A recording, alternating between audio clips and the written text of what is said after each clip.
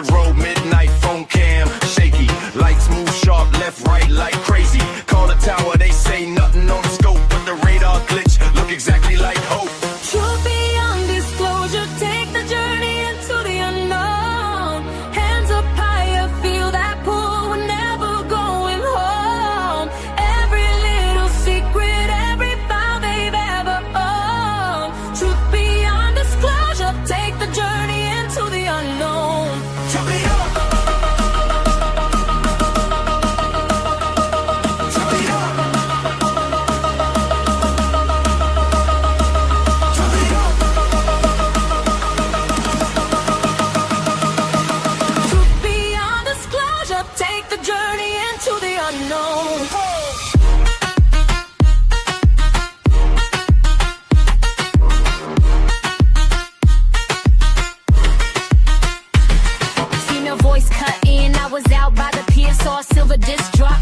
From here, neighbors all swear it was just some flair, but the dog went wild, every hair in the air.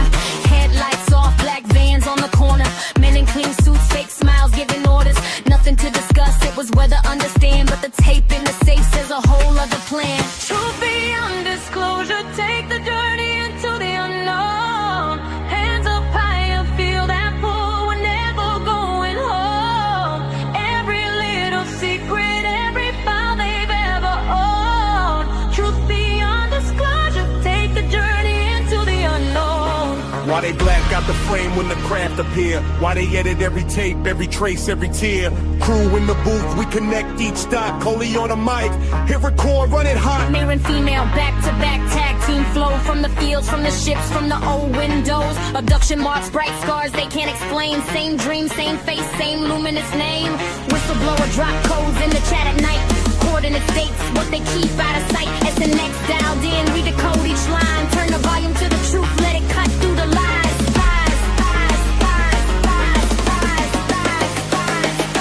Truth beyond disclosure, take the journey into the unknown.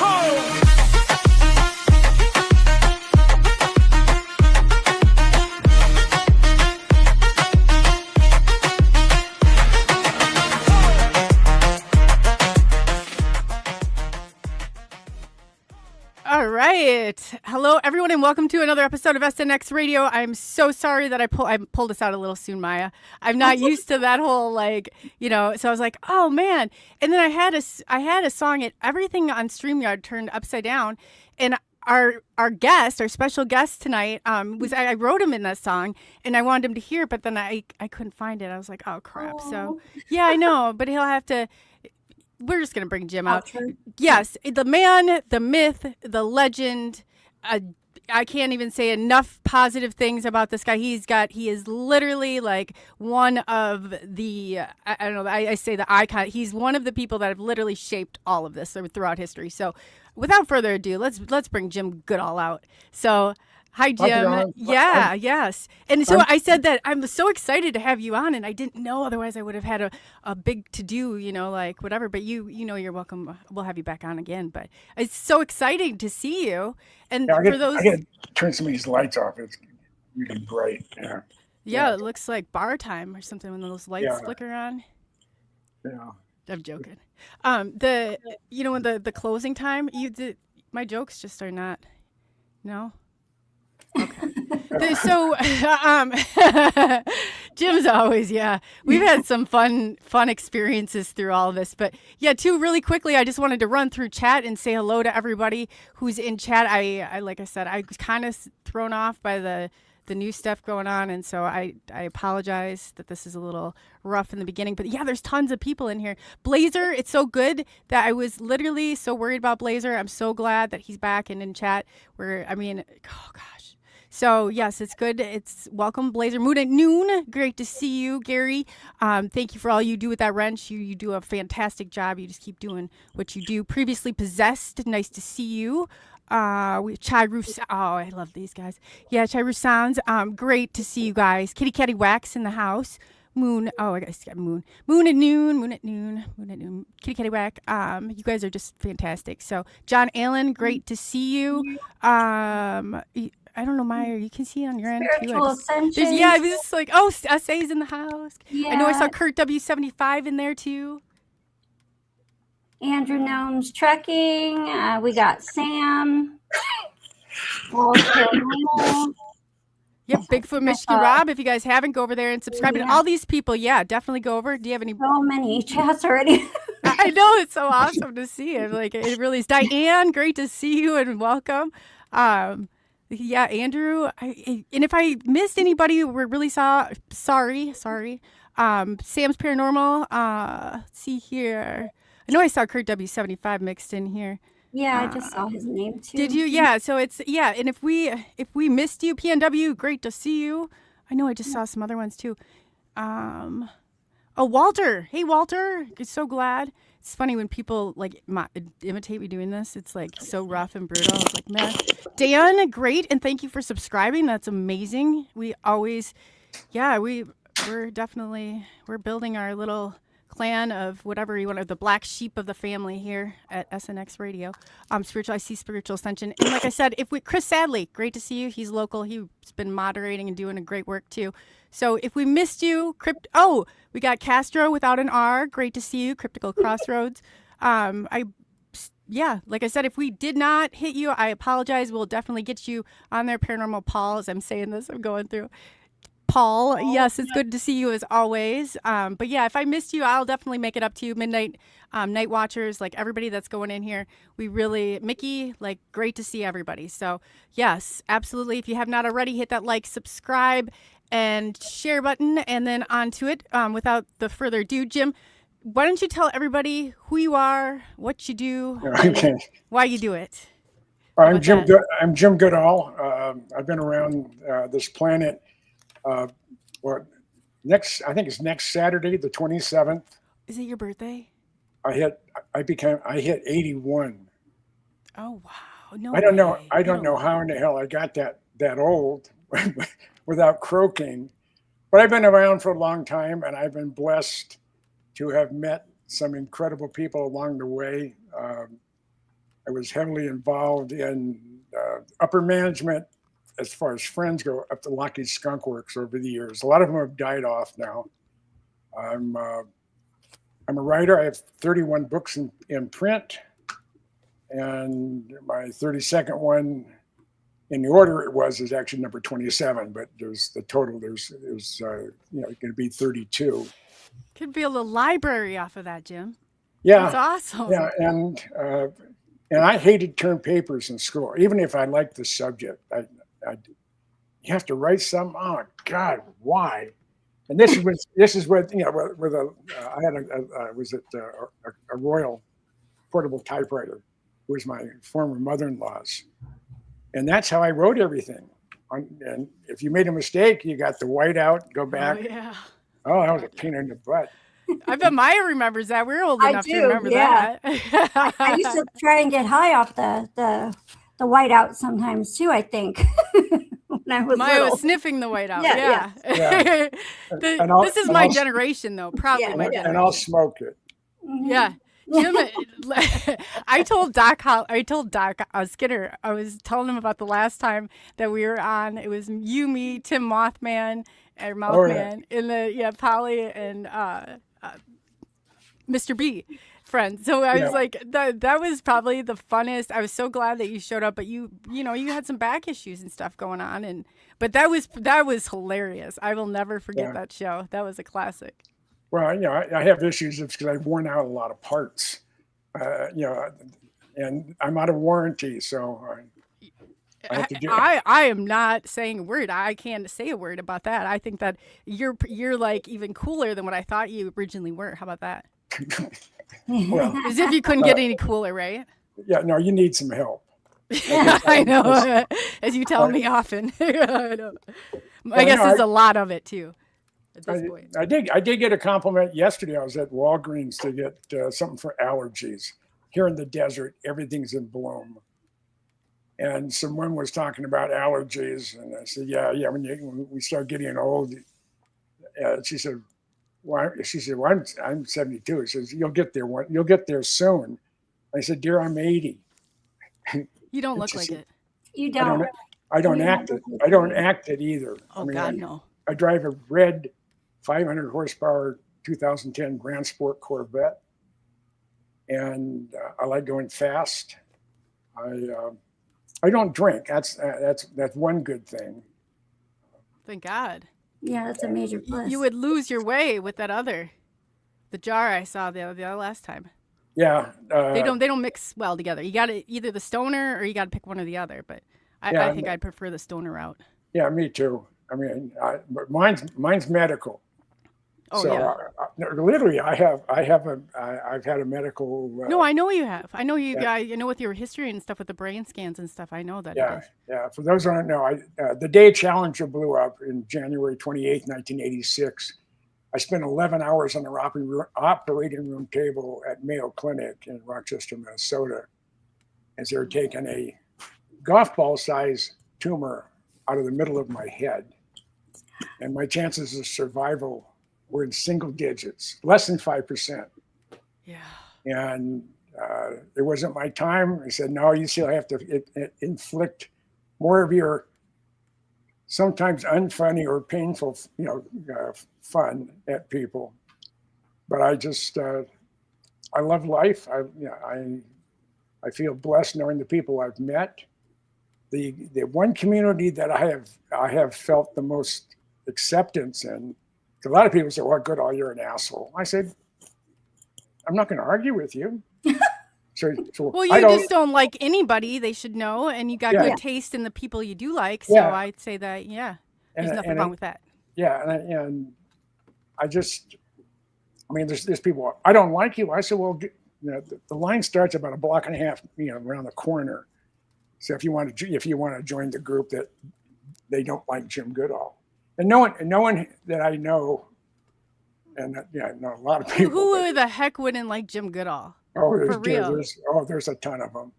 Not very many women, though. A lot of women like me, but because. Who's your favorite, though? Who's my favorite? Yeah. I'm gonna stand on the fifth. What do you mean, Jim? Jim Goodall. What do you mean? I have a couple clips of you two from over the years. And for those of you who don't know, like when I was on Spaced Out Radio or other shows, Jim was always like one of the first people, and it kind of became a tradition. So anytime I start something new, I know that I'm most likely going to short things out, and that he is always, even the most painful and uncomfortable moments. Jim's, you've been a champ through that. You really have. I've been married 3 times. No, 3 times. No, I have 3 ex-wives. That's what I have. Never mind. So is the fourth one the fourth, or is it the third? This is the third, right? I'm in a real. Not even sure how to describe it. It's nothing I ever anticipated. But I married a very, very sweet woman, and she's been in my life for 19 years. Oh yeah. And she now has Alzheimer's. Mm. I know that. That breaks my heart every single day for you, Jim. I watch my grandma go through that, and it's nothing I would even wish on somebody. It's very painful to us. So I'm so sorry you're going through all that. Yeah, and not only that, you've got hit with your friends and other stuff too. Your back and. Man. Just that part. I've done a bunch of stupid stuff in my life, physically, and that's why I have aches and pains. I left a motorcycle at 70 miles an hour in 2013 coming back from Sturgis. And I hit standing water at 70, and I'm 4 miles west of Friona, Texas, on the way to Clovis. And all of a sudden, the bike started going like this, and my thought was, oh, damn, I didn't want to go this way. I wasn't afraid of dying. I came to terms with that. And they set a hydroplane down for about a quarter of a mile. And I'm like this, and I don't remember leaving. I know I twirled this way, longitudinally. Yeah. Wow. And when I stopped, I'm still right next to my bike. It went, and I had a 05 Road King Classic with fully loaded for being on the road for 2 weeks.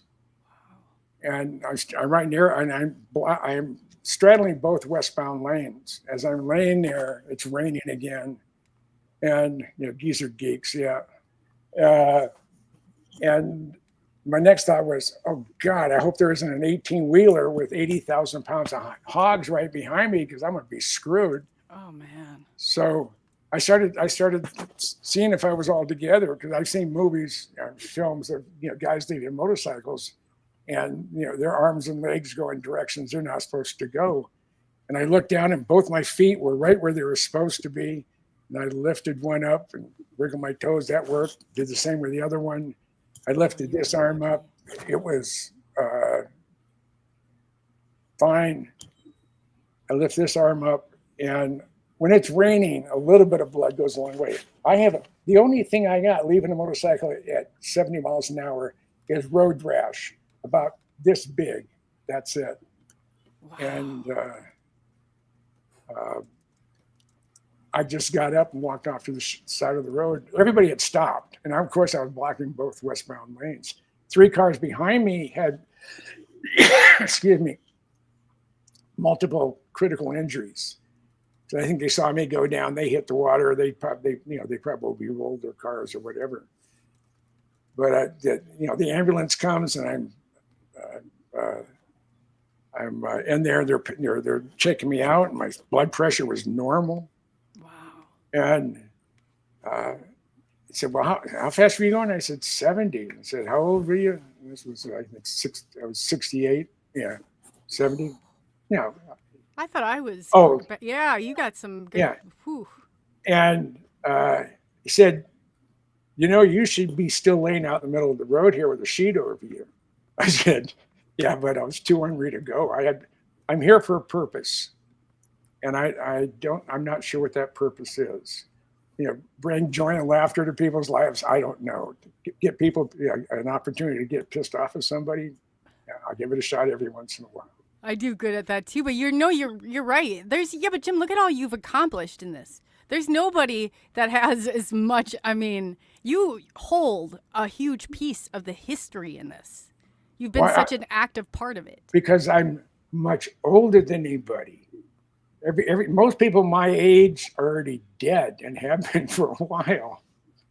And but you don't have to do what you're doing. You do it, and you do it well. I know. For the rest of us, I love it. And the community that I feel the absolute most comfortable in is this one right here. I agree with that. Yeah. I mean, because all my wives and even former girlfriend says, "Well, you don't have any normal friends." I said, No. "Dear, normal people are boring." Yes. I had 2 normal friends. They were like going to the grocery store and going to go buy some cornflakes. They're in a white box with black lettering, and that's it. There's nothing there. You open the box, and Lights are on, dump and them out, nobody's home. and they're stale, and they really don't have much flavor to them. I'm not. I'm in there with a whole can of scorpion. Peppers and hot chili sauce, and whatever. I want to light the place up. I've always enjoyed life. I've always enjoyed life, and a lot has to do with my mom was 100% Sicilian, and she wasn't very big. She was like 5'1". My dad was 6'4". No one messed with my mother. Yeah. First, everybody loved her. All the house was open to every kid in the neighborhood. But if you got on her bad side, she could give you that look, and it would stop a Russian bull elephant right on the tracks. Oh God, I'm not going to mess with that one. That makes sense now, though. I could see that, but I didn't know that was your heritage. I'd never known that. Oh yeah, no, I got the best of my mom. And I'm blessed, even though I didn't have the greatest dad in the world. My dad was a genius, 175 plus IQ. This is making more sense now. Yeah. And in a 1-car garage in Los Altos, California, in the summer of 1956, I was there for the conception of Silicon Valley. My dad was a process control specialist, world known wide. And the president of Fairchild Camera, it was one of the Fortune 500 companies, whatever, they came to my dad and they said, I said, we're opening a new division of Fairchild. We Fairchild Semiconductors. And so we want to grow, for the first time in North America, we want to grow silicon crystal. So we built 11 crystal growers in our one-car garage in Los Altos, and that paid for my dad's Chris-Craft later on that year. But that was not the begin. That wasn't the birth of Silicon Valley. That is the day. That was the day of the inception, because without my dad's units, he had to control the environment of growing the silicon crystal, and you have to hold it within thousandths of a degree and pressures and everything else. And this is 1956. I mean, there was no such thing as cell phones or no such thing as computers. And never in my wildest dreams, or even my dad's wildest dreams, would he ever think of what we have today. I mean, there's, the quantum computers. Yeah. I think it was the Google one. They had a problem or a calculation or whatever. They said if they used every supercomputer, not quantum computer, but supercomputer worldwide, it would take 1,000 years to get this answer they were looking for, and it had to do with the universe and catalog. They're trying to identify dark matter or dark energy, which comprises about 90%, 95% of the weight of the universe. Yeah. So they have to know more than what they're saying. I mean, now with all this technology, and we're not hearing anything, that some of these pieces, this whole block, have been. Hey, when the retired president of the Lockheed Skunk Works tells me just before he dies, this is Ben Rich. He was at USC Medical Center. He was dying of esophageal cancer. I remember. I've told the story 1,000 times. No, tell it again, because people who don't know you, this is a huge kind of piece of this. And Ben was retired, president of Kelly Johnson's Lockheed Skunk Works, and we were phone friends. And I visited him. We'd write letters for over 20 years, and he's the reason I was able to secure a $100 million CIA Blackbird. It's a 2,400 mile an hour spy plane, flies at 95,000 feet 60 years ago. Wow. The reason I had one for a museum in Minnesota is because Ben called me at home, August 85, August 89, that's what it was. And he said, Jim says, I got it from the horse. He was going to say the horse's ass, but he said the horse's mouth. But the Blackbirds aren't going to make it through Congress. And if anyone can scrounge one, you can. Wow. So I said, okay, I'll accept the challenge. So I went to my boss at the guard base, General Schwab. I said, General Schwab, I want to get a Blackbird for our museum, because Honeywell provides the avionics, Chevrolet, a lot of special products, 3M, a lot of special projects. And 4 of the original 9 pilots learned how to fly with the Air National Guard, and this was an Air National Guard museum. So I said, General Schwab, I want to scrounge a Blackbird. I want to get a Blackbird for a musem. He starts laughing at me. I bet he did. He's like, "Are you serious?" I said, yeah. I said, General Schwab. I said, rather than laughing at me, why don't you give me the opportunity to fail? I said, all right, Smarty, how are you going to get it here? Because I know they're not the ones we would get if it ever happened. Don't fly. I said, I got that covered. So what do you mean? I said, I called the Adjutant General of the state of New York. Back then I was an E6. I was a tech sergeant. And I call up the state staff there and the Adjutant General. And the secretary answered the phone and says, General Weaver's office. I said, yes, ma'am. This is Sergeant Goodall with the 133rd out of Minneapolis. There's the general in. Just a minute, Sarge, I'll put you through. You can do that in the Air Guard. You can't do that in active duty. So, General Weber answered the phone and said, Sarge, what can I do for you? And I said, General, I got a proposition. He said, what's that? I said, how would the New York Air Guard like to move the world's fastest airplane in a couple of your C-5 Galaxy, your big transports? Dead silence for a few seconds. He said, you mean the Blackbird? I said, yes, sir. And he said, when you're ready, you call, we'll haul. We'll charge it off to training for moving outsized cargo. So Pratt & Whitney was trying to get an airplane for West Palm Beach, one of the A-12s, the CIA airplanes. And they asked Air Force, would you lease Pratt & Whitney a C-5?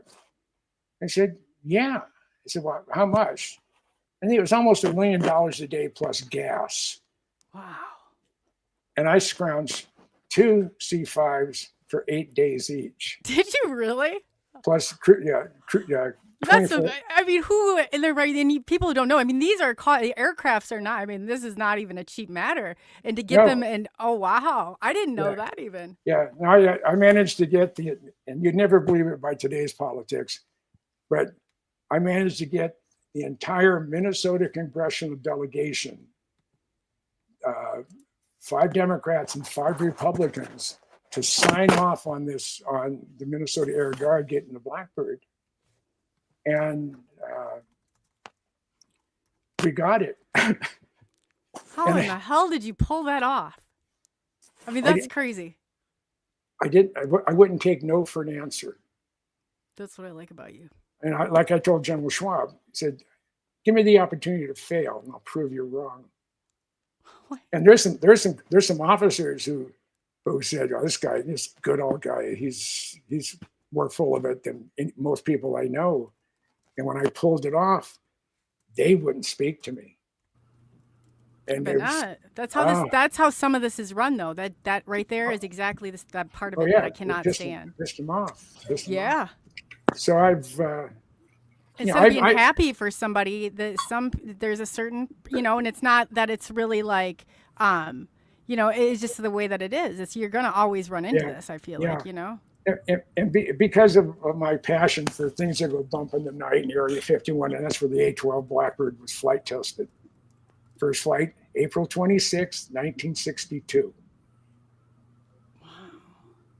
You think about it, like, what about the TR-3B? What did you Well, I guess, because you were connected deep in Skunk Works. Like, that's not even yourself. You're like most of my involvement was the F-117, newer U-2 activity, and of course the Blackbirds. But and that's only those were my passions.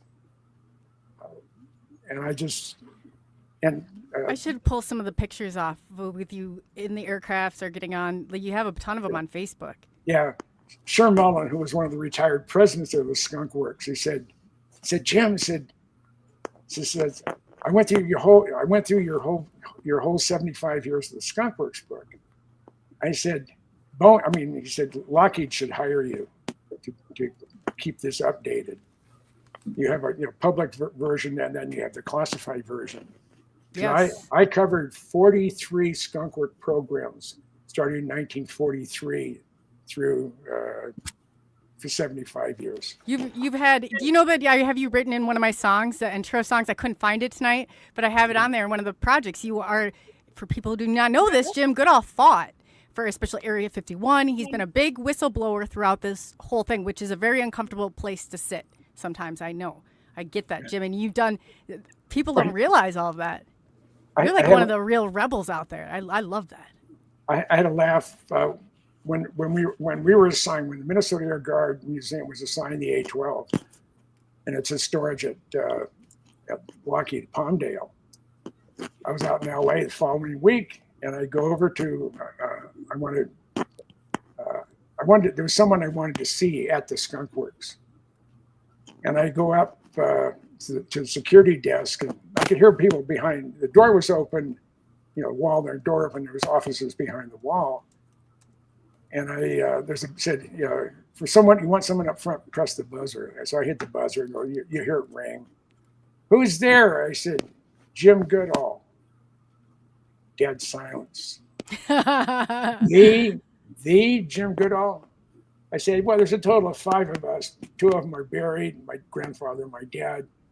I have my son, James, and my grandson, James. So, but I'm probably the one you're referring to. And Glenna Farley walks around the door and she looks at me and she looks me up and down and said, you're not the 800-pound gorilla you were made out to be. She says, I've been at the Skunk Works in security for 21 years. I heard your name the first week I was here. And I heard it about once a quarter for the last 20 years. I said, that's probably when I had a conversation with Ben Rich, because he'd usually call me, or if I was, it's back when you had phone cards. I could charge the prepaid phone cards. Oh, no, this is my telephone credit card. I didn't even know that was the thing. Oh yeah. This is when you only had pay phones when you're calling somebody. So you punch in all your. Now kind of that clicks it. I remember those. Yeah, I mean, I remember, the only phone in the house was the one hanging on the wall, and you had to lift up first to make sure that no one else was talking because it was a 4-party line. It was connected to 4 houses, and. That's insane when you think about it, how far things have come. What does the world look like from your perspective? Because it doesn't look very good. I mean, you know what I'm saying? Like, but you have, you're talking about party lines here. I mean, what does the world look like? This is crazy. When I was born, the transistor hadn't even been invented yet. Oh my God. And wow. That's amazing though, Jim. Like you've witnessed all of this firsthand. And that's where I'm blessed with old age. Because a lot of other people have witnessed the same things, but they're all dead. They don't live to tell about it, and the stories go with them. I remember my grandparents talking about some of this, and it's like, it just all that stuff, hearing about it, but actually going through all of that is so different. Yeah, and out of all this, not only because of my close friendship with John Andrews, who was, I'll refer to as, he was Spy 1, I was Spy 2 when we talked to each other. And John was the division director for new products for testers. And we became friends about 1972 or 73. They wanted to do a 148 scale Blackbird. And everybody asked, who has the most information on the Blackbird besides the Skunk Works? They said, you got to call Goodall. And so a mutual friend put me together, and we became instant friends. And John said that, this is John Andrews, he says, I have to introduce you to a very unique friend of mine, and you'll fit right in. And that person turned out to be John Lear. Oh God, John, he was so good when, he's really, we took a hit when we lost him. Yeah, well, I never thought he'd see 2015, let alone going in March 23. I saw him about 4 months before he passed away, and I'm surprised he made it as long as he did. And I took a picture of him, but the picture made me sad, so I didn't erase it. I stuck it in my someday look at this file. He was one of the good ones. John really was one of the. He was a one of a kind. He was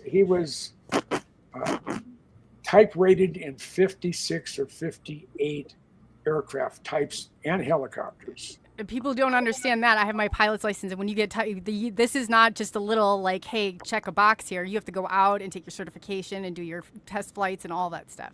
Yeah. It's just not easy to get that.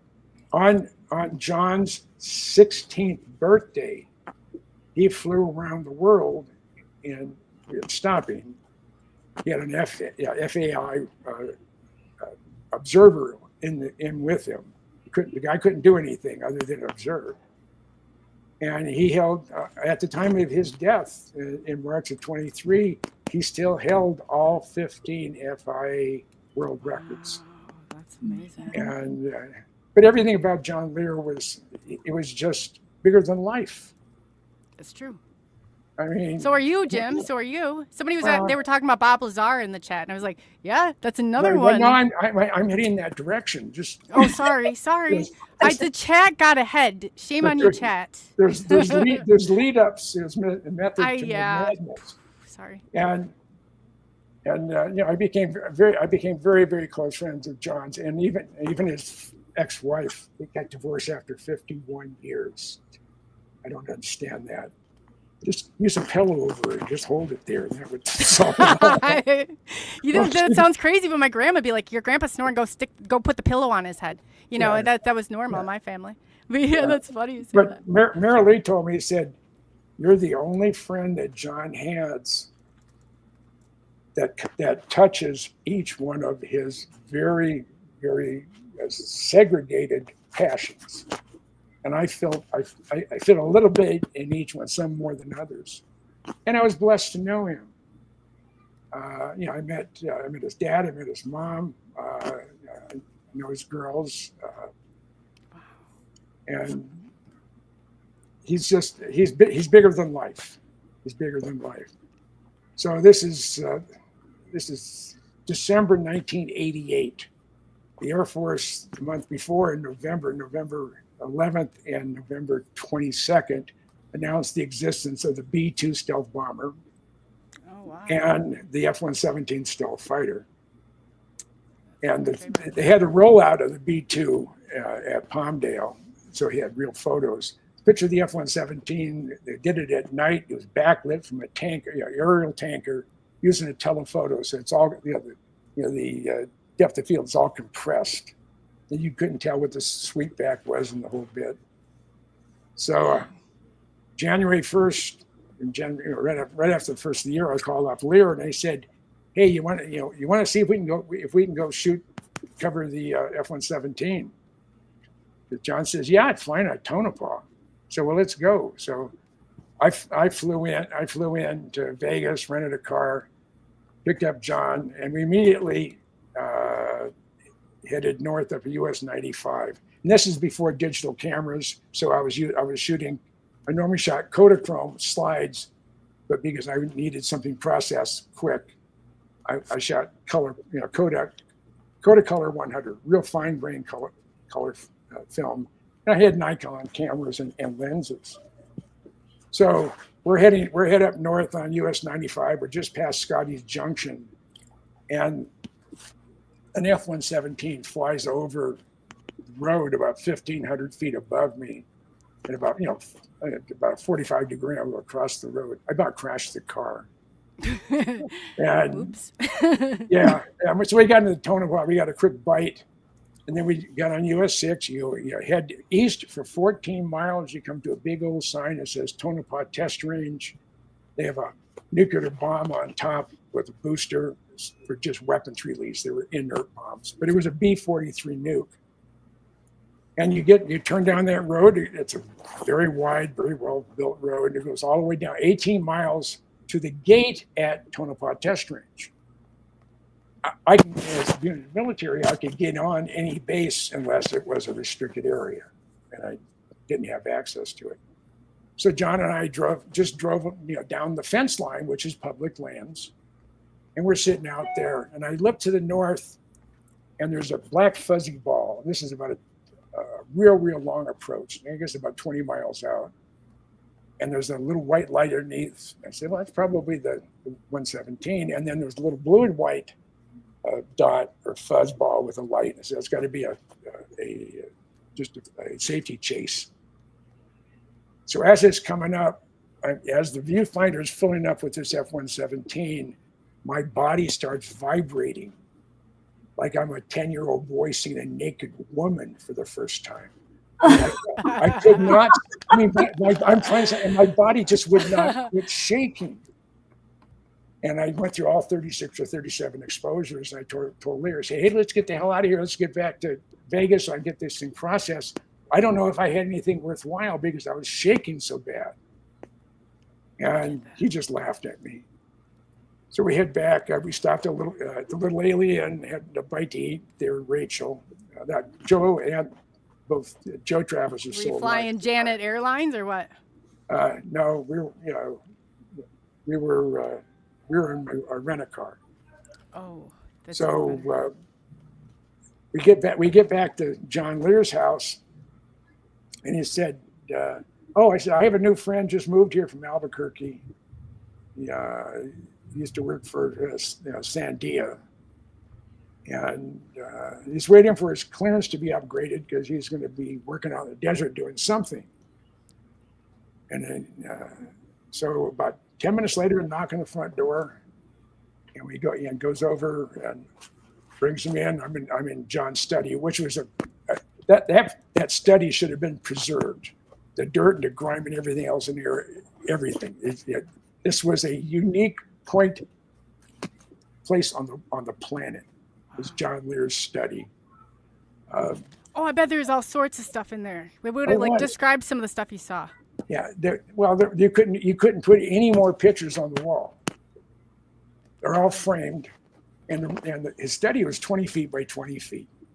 He had 6 TV monitors. It's more like a gym. His computer. Yeah. And he had cameras on all corners of his house, inside and out. And he was a unique person, and I'm blessed to have him as a friend. And John brings this guy into his study, and he said, Jim, this is Bob Lazar. Nice looking kid, soft spoken. I said, so Jim moved here from what they call it ABQ. It's easier to say in Albuquerque. I said, you moved here from ABQ? And he said, yeah. I said, I'm waiting for my clearance to be upgraded. I'm going to be doing something.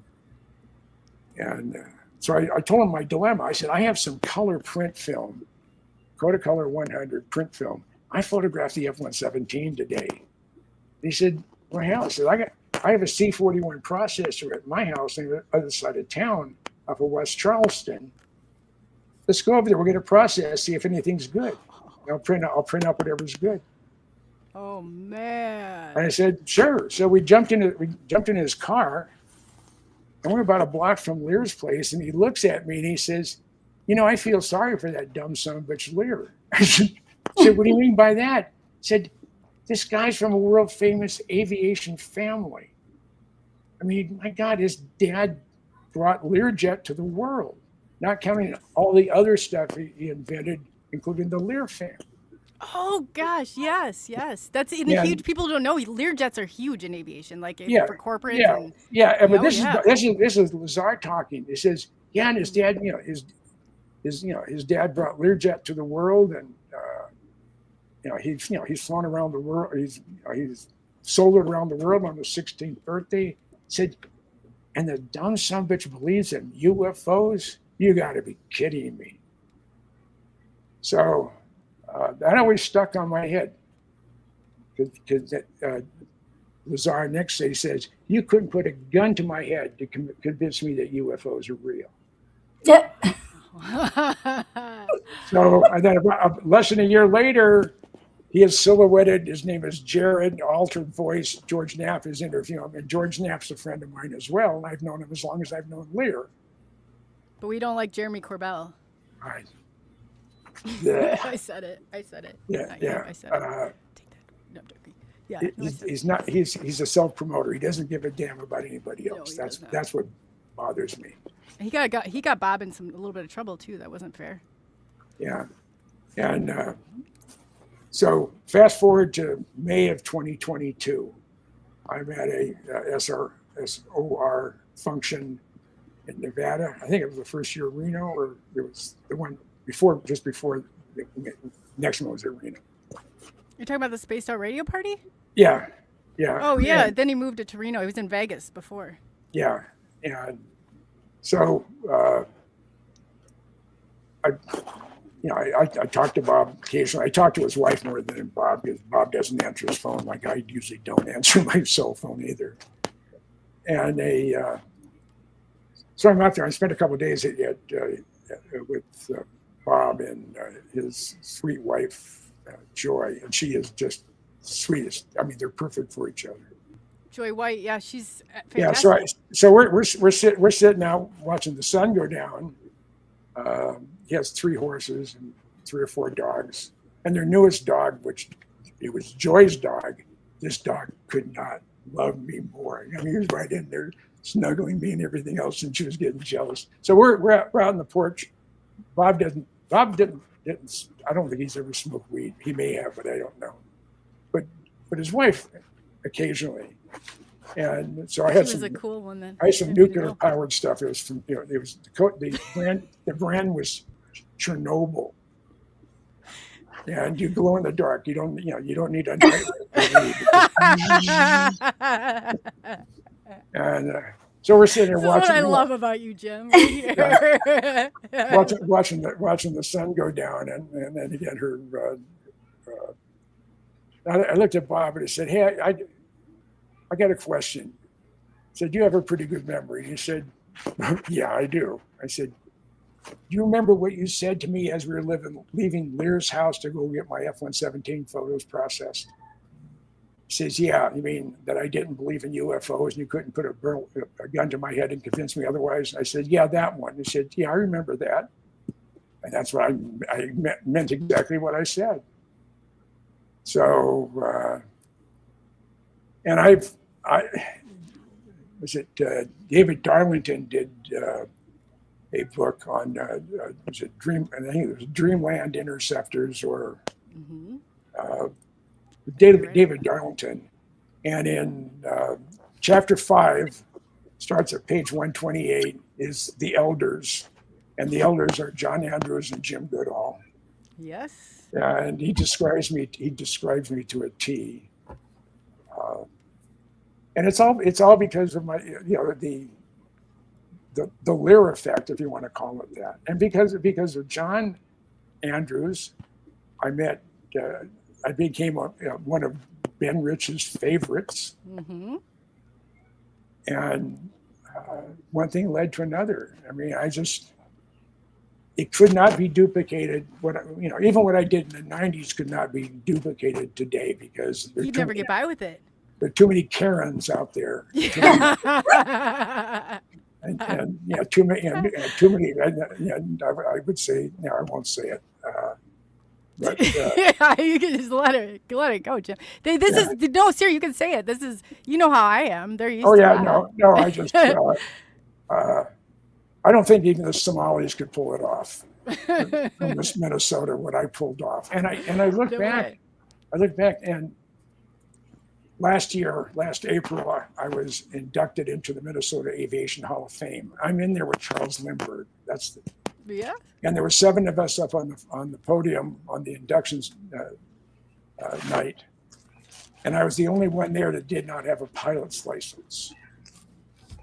And I was the 6th, which is even more impressive. Yeah, and I was the 6th Minnesota Air Guard person to be inducted into the Minnesota Aviation Hall of Fame, and the only one that wasn't a general officer. I retired as a master sergeant.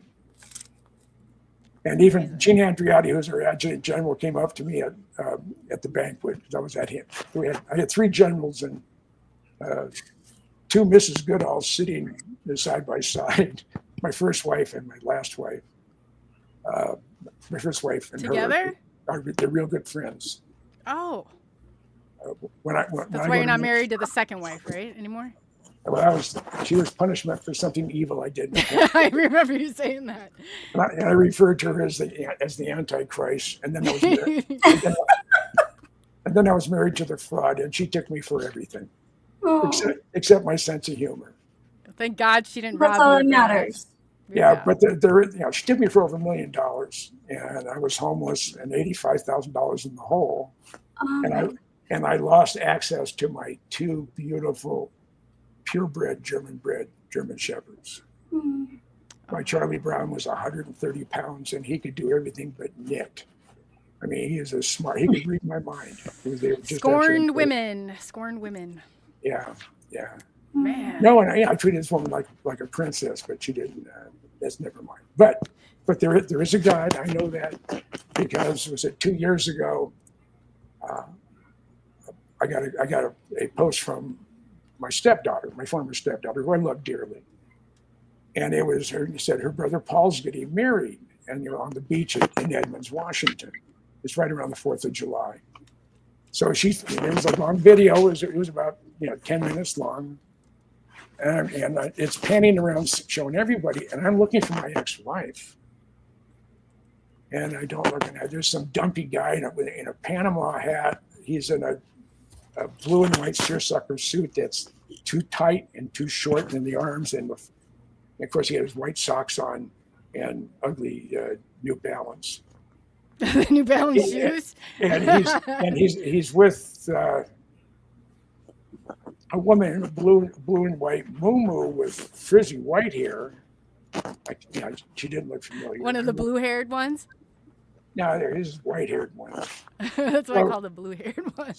So at the time of my divorce, the fraud she was 5 foot, and she weighed 110 pounds. And I'm looking around, and this woman in the muumuu is walking. She walks by the camera and she looks. It's my ex. Oh. From the beginning of the lockdowns in 2000. That doesn't seem like your style, Jim, with a muumuu dress. That just doesn't fit. No, she was a cross between Goldie Hawn, Marilyn Monroe, and Linda Lovelace. But that's another story. Weight of a man's heart, through this wig right here, goes right in. I lost 70 pounds from 2019 to 2023. The 70 pounds I lost, she found. It just did my heart. Yeah, but you're not that you're whatever, but you do. I mean, you definitely are a charmer with the ladies. Definitely. I'm real. If you don't like me, fine. If you don't want to dance with me. Jim's a dancer too. Yeah. So you're sweeping all these ladies right off their toes, I'm sure. One of my favorite places when I used to travel a lot was Johnny's Hideaway in Roswell. No, it's not. On Roswell, just north of Buckhead, in the Atlanta area. And it was an over 40 crowd. I hadn't been in there in 30 years. First time I went in there, it was a Sunday. I'm going to Lockheed the next Monday morning. And I'm going there, and I've been prematurely gray my whole life, not just pure white. I used to have a little bit of color in there. And if you look like you don't fit in or whatever to the normal group, I see a young lady dance. She dances the way I dance. I go, would you care to dance? No, thank you. Then a minute later, I see you dancing with somebody. Her loss, right? And so I will find an overweight black girl. No one's going to dance with. No guy is. And I go over and said, and it's really good plates, a good funk and everything else. I said, do you care to dance? And she looks me up and down and said, if you got the balls.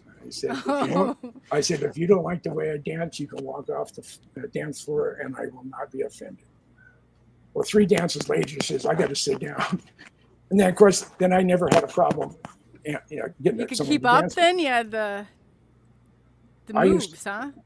There isn't a Like white Soul guy. Train has nothing on Jim Goodall. That's what I'm envisioning. Yeah, I can dance as good or better than half the black guys half my age. I've heard that. And I love it. I feel it. And I came to terms with dying when I was on the operating room table at Mayo Clinic. That was 40 years ago. And boy, that is also something else that sort of pushed me over the edge by me just going like, I don't really care what you think. Once you can release that part of life that you don't care and you live like in the moment, that's huge. That is huge. When I was told I had a brain tumor and my chances of survival were piss poor. Yeah. And if I survived surgery, I had a 70% chance of having blindness, facial paralysis, and seizures. So it was What like was that, someone 13 hours or 12 hours that you were in, or 11? I was under for 11 hours. That's crazy right there. Every minute you spend underneath that, especially with brain surgery, you have less of a chance of coming out of it. Oh yeah. It said at 5 hours, 50-50 every hour. Then he goes like this. Yeah. It said you have single digits, 3-4%, not much more than 5% chance of surviving the surgery. Then you had the 70% chance of having being really screwed up.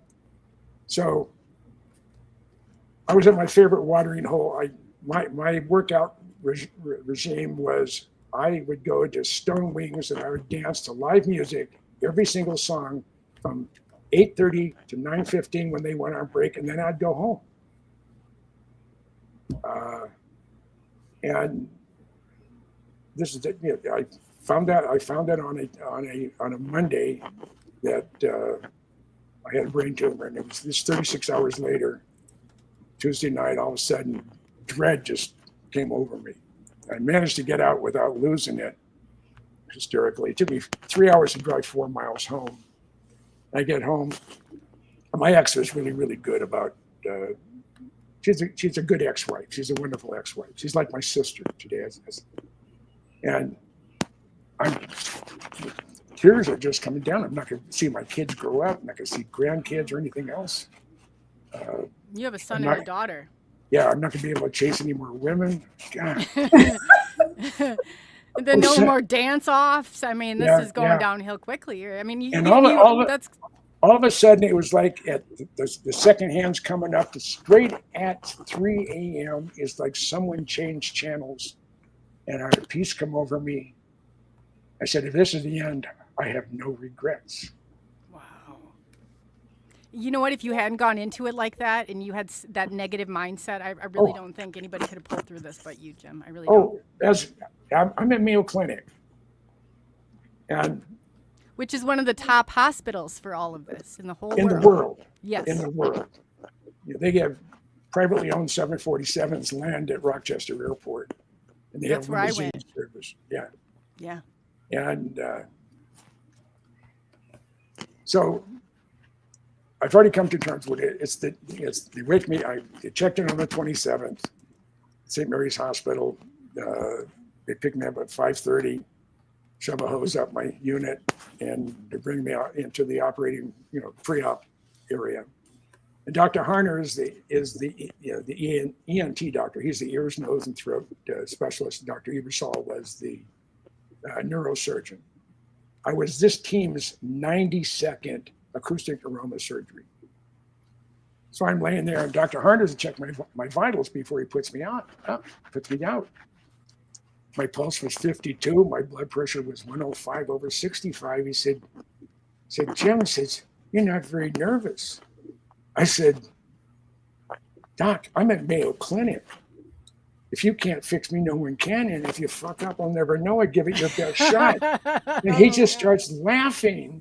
Of course, some of the staff are looking, as we're joking. He said, that is the best frame of mind to go into, because 40% of a fully successful brain surgery is going in there with a positive attitude. That's not easy to do when your life's on the line and you have all that to lose. I was 40 years old. Wow. You're not ready to depart then. You probably can't even grasp the concept at that point. I don't think I can. No, but that's why, I'm with John. This is a John Lear story, Jim Goodall story. It's June of '96. The F-117s were moved out of Tonopah Test Range, ended up at Holloman, and then of course the program came to an end. And supposedly Tonopah Test Range was put into caretaker status. So I called Lear up, said, "Hey, I'm coming through town. So you want to go, snoop on what's going off at Tonopah Test Range, better known as TTR?" He said, "Yeah." So I have 2 pair of Gen 1 night vision, a pair of lawn chairs. You bring duct tape because you want to wrap up your pant leg to make sure scorpions can't go up your pant leg. Oh, God. What are you doing with the duct tape? But yeah, that makes sense now. Yeah. So we're sitting out there. It's 11 p.m. at night. All sorts of activity down there at TTR. And we're not letting you say anything. How come? She didn't hear. I can hear you. Oh, Who are you talking to? Me? you. I didn't say anything. Maya. Was it Maya? Yeah. Maya. Oh, that's Maya. Yeah. Maya. She Yeah. doesn't have a big mouth. Like Sorry, I I don't want to interrupt. Yeah. So Jim's trying to. This is how he charms the ladies. Oh. I see 3 armored personnel carriers coming in, one from the west, one from the east, one coming up from the south. Lights are turned off. So I stand up and I yell real loud, "Hey, we're good guys, we're taxpayers." And all of a sudden, boom, we had floodlights on us. I had 3 little red dots on my chest. John had 3 little red dots in his chest. And there's a vehicle coming down the public land side. And it stopped behind John's pickup truck. And on his dash, he said, Area 51 visitors permit. I saw you guys busted through that at the Spaced Out Radio Party just not too long ago. Maybe last year, the year before. No, 2019. Oh, we're going. Yeah, that was 2 years ago. Yeah. 3 years ago. Excuse me. But those red dots didn't phase you, did they? No. This guy comes around John's pickup truck. He's in Desert Utilities. He has his hand on his 9mm, and he says, "I'm Captain So-and-so, and I'm ordering you're in a restricted area, and I'm ordering you to leave." And I said, "Sir, I don't know who you are, but this is public lands, and I don't need your permission to be here." I said, "You're in a restricted area. I'm ordering you to leave." I said, pulled out a official government map that gives the longitude and latitude to the second of the restricted areas. So I opened the map. I said, "This map tells me that I'm on public lands. And if you look down at the base of that fence post, my buddy has his feet up on the barbed wire. There's a USGS medallion there, give you the longitude and latitude to the second. I'm in public lands. I don't need your permission. As a matter of fact, I can be here for 15 consecutive days without asking anybody's permission. I want to see some ID." I said, "Well, who are you?" I said, "I'm Captain So-and-so with ASI, Advanced Security Inc." I said, "Sir," and I always said, "Sir," and I said, "Sir, you're a rent-a-cop. You don't have jurisdiction on this side of the fence." I thought he was going to have You were out there and you were sticking up for the taxpayers and our right to know all these secrets that the government was holding. I'm in public lands and I'm a taxpayer. I'm also a veteran, and I was still in the military at the time. Thank you for your service too, by the way. But yeah, that's amazing though. That's amazing. People don't realize that you were out. This is Jim, the one that was out there demanding that the taxpayers know what's going on here with all this stuff. Absolutely. Yeah. Did they let you on? No. I mean, no. They want to scoot us out of there. Mm. And I said, "I want to see some ID." And I said, "You're a rent-a-cop. I don't have to show you squat. I've been deputized by the state of Nevada, Lincoln, Esmeralda, and Nye County to uphold the laws of the federal government and the state of Nevada." They said, "Good for you." I said, "Well, I tell you what. These are my show me yours, I'll show you mine." So he hands me his ASI badge. I said, "Sir, that is not a valid form of ID. You victim. I want something issued by the state or federal government." So I mean, it was like pulling teeth, and he was pissed.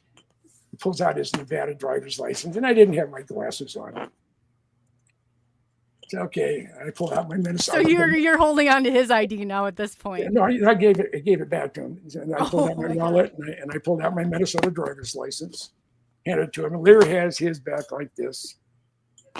And the guy, he was probably on his radio when I was listening, and I'm hard of hearing anyway. A security guy came up to the fence from the south. The guy that was harassing me, he handed the driver's licenses, John and mine, to the guy. He goes to the supervisor's armored personnel carrier, and the interior light goes on, and I hear, "Oh shit, it's Goodall and Lear." The red dots disappeared, and the lights were gone. They realized they weren't going to intimidate us out of the area. we played the game before they had a chance to even invent it. So, That's how you know your name carries some real weight, when you can get the laser beams off of your chest. I know. The big dogs to calm down, you know. Jim's not even a bit phased by these 3 red dots. He's like, let me see your ID and I'm going to take control. Shoot me when I'm on public land. Now, if I was in security area like Area 51, maybe they could get away with it. But there's too much paperwork involved of shooting somebody, especially if it's not a. Well, I don't know about no women are safe with me. Why are you reading this? I thought it was. there's a lot of women I wouldn't touch with a 10-foot pole that are gorgeous, because there's something wrong between her brain, between her ears. Well, you say that about me sometimes, Jim. Am I lying? No, not at all. Yeah. So, am I lying? Oh my God, that's funny. But So, and you know who but was in the chat before too? Jerry from remember the geezers? Oh yeah. When you did the geezers? Yeah, I will never forget the geezers shorts that I clipped up there. He wanted to say hello to you before too. Oh yeah, I did. Doc Skinner was on for a bit, wasn't he? Or is he still there? Is Doc in the? And then Doc always tells a story about you and how when he first met you and stuff. He's come on to the show, even talking about it. I was trying to get you the last time he came on. So, and then I for some reason, I think we just kind of like missed paths, but I've been trying to get you recruited here for a minute. But yeah, he's got that film, Fly, that's coming. I mean, he's got some big things in the works, hopefully. I would hope so. I adore Doc. He has a good heart. He does, yeah. But he just, I mean, if there's some people in life, if it wasn't for bad luck, they wouldn't have any luck at all. Yeah, right. Yeah, and he really does. Oh God, sometimes it's so hard to see and watch that stuff because it's just like by design. It really is. Yeah. No, I have. I don't know. You see, look how much that's these ties. I mean, these are huge. Like, I mean, you're a part of all this, a part of everybody's story. Yeah. I mean, like the history of all of it. You're a huge part of my story and all this and how I came even to be doing what I'm doing right here, right now. And it's just like, you know, when you hear that about somebody, that's huge. That is huge. Normally, if I'm in a group with a specific focus on something, after a while, after about 6 to 10 months, I start. I'm losing. You know, I don't feel the energy. But in the crazy ass people I have in the UFO things that go bump in the night community, I love it. I feel right at home. The Cousin brothers. Oh yeah, Doc always says he said you beat him there. He didn't get a chance to go up to the Hollywood Hills yet. Yeah, no, I was gonna head there this weekend, but Brent is in Spain with his girlfriend, so. Oh yeah, so you're coming through my neck of the woods. So and if as long as the weather's okay, guess who's coming through my neck of the woods? I love when you come through this area. I'm like, I told you one time I was gonna go. If you didn't stop, I was gonna go find what direction you were and throw myself in front of your vehicle to stop. You break the air dam. One of the problems I have with my car, I only have about this much road clearance. Yeah, which is understandable. Yeah. But if I have to go plow the roads myself, you got to stop this year. Oh, no, if it's snowing, I will. No, I know that. Yeah, but it'll be April. It'll be. My son's in Rochester for 3 days. He goes home. He goes back up to Twin Cities on April 10th. On the 11th is the induction, the 2026 induction into the Minnesota Aviation Hall of Fame. And as one of last year's inductees, I feel I have, I want to be there. And I donated 3 books for the silent auction, and I'm going to autograph them. My 75 Years of the Skunk Works, which is a 5.5-pound book. Well packed too. Yeah, the book on the B-2 stealth bomber, hardbound, and my Blackbird book, hardbound. And so those three will be there, and I will autograph them any way they want. Oh, that's awesome. And, That is awesome. When are we going to Vegas to Luigi Vinatelli's thing on Bob Lazar? I thought we were going to go. You and me. About once every 3 or 4 weeks, I'll send an email off to Luigi. When are they having the premiere, though? Right now, he's battling the government of Canada. Oh. Yeah, that's what the hang-up has been almost from the very beginning, because it's a product of Canada. I mean, Luigi lives in Montreal. And I love him. I spent the summer of 71, the summer of 72 in Montreal. Oh, did I have a good time. But it was never the same when Jim Goodall left. No, because when I was there, they built, I think it was Bill 222, which made the official language of Quebec French. And they were partying all night long. There were cars burning everywhere, all up and down St. Catharines Boulevard. And it's a city that was founded in the early 1600s. And the old part of town, they have some of the best food, little holes in the wall that a 5-star or diamond or 5-diamond restaurant in New York or wherever couldn't touch the flavor and the taste and everything else of the food. Almost into the restaurant you would want to go to in Montreal. I haven't been back to Montreal since the early 90s, so don't know how. Been there. I'm afraid I won't get back for some reason. Yeah, that's cool. Yeah, we have somebody in chat, Benoit, that comes in. And it's so crazy because Canada, part of them, they do speak English, and the other part's French, and it doesn't. With their dialect, it doesn't translate. Only one province is French, and that's Quebec. Oh well, then he must be from that area. That's where Montreal is. Everybody else speaks Canadian English, like we speak American English. Sometimes, like I forget who said it. Said, the United States and Great Britain are separated by a common language. So true. Yeah.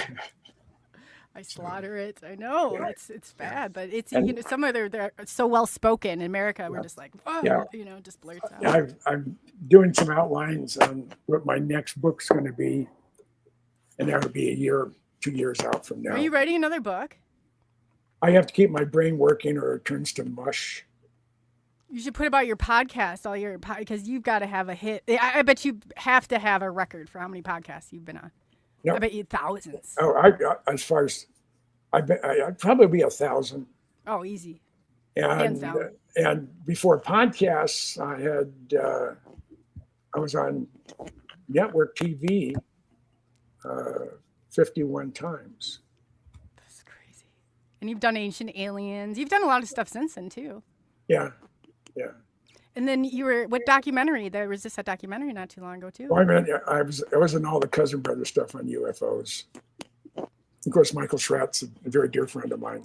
Yeah, Michael. Yes, that's another one. He's like my kid. I remember we were going to do a show together, but for some reason, I think you had something going on with your friend and stuff, so we didn't. But Michael says absolutely wonderful things about you. Everybody does that I've ever heard of. It always has great Jim Goodall stories. Always. I can remember I'm at on the Sierra High. We're in Palmdale.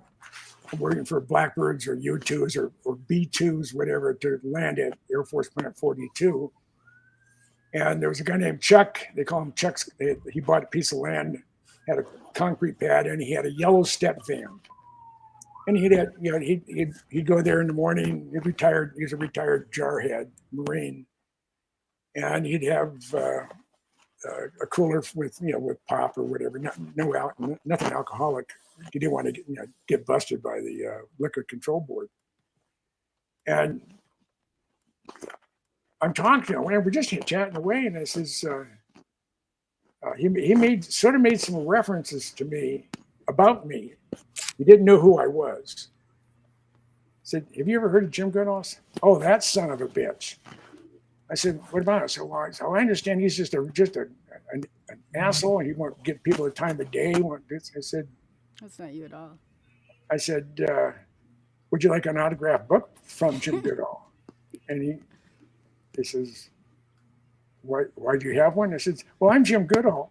I mean, his face just melted. He said, God, you're not like anything. It was like the security people at the Skunk Works. The Jim Goodall. So a lot of people who have never met me say that, oh, I'm an asshole. And this. That's not true at all. Oh my gosh. And I don't care. I mean, I don't care.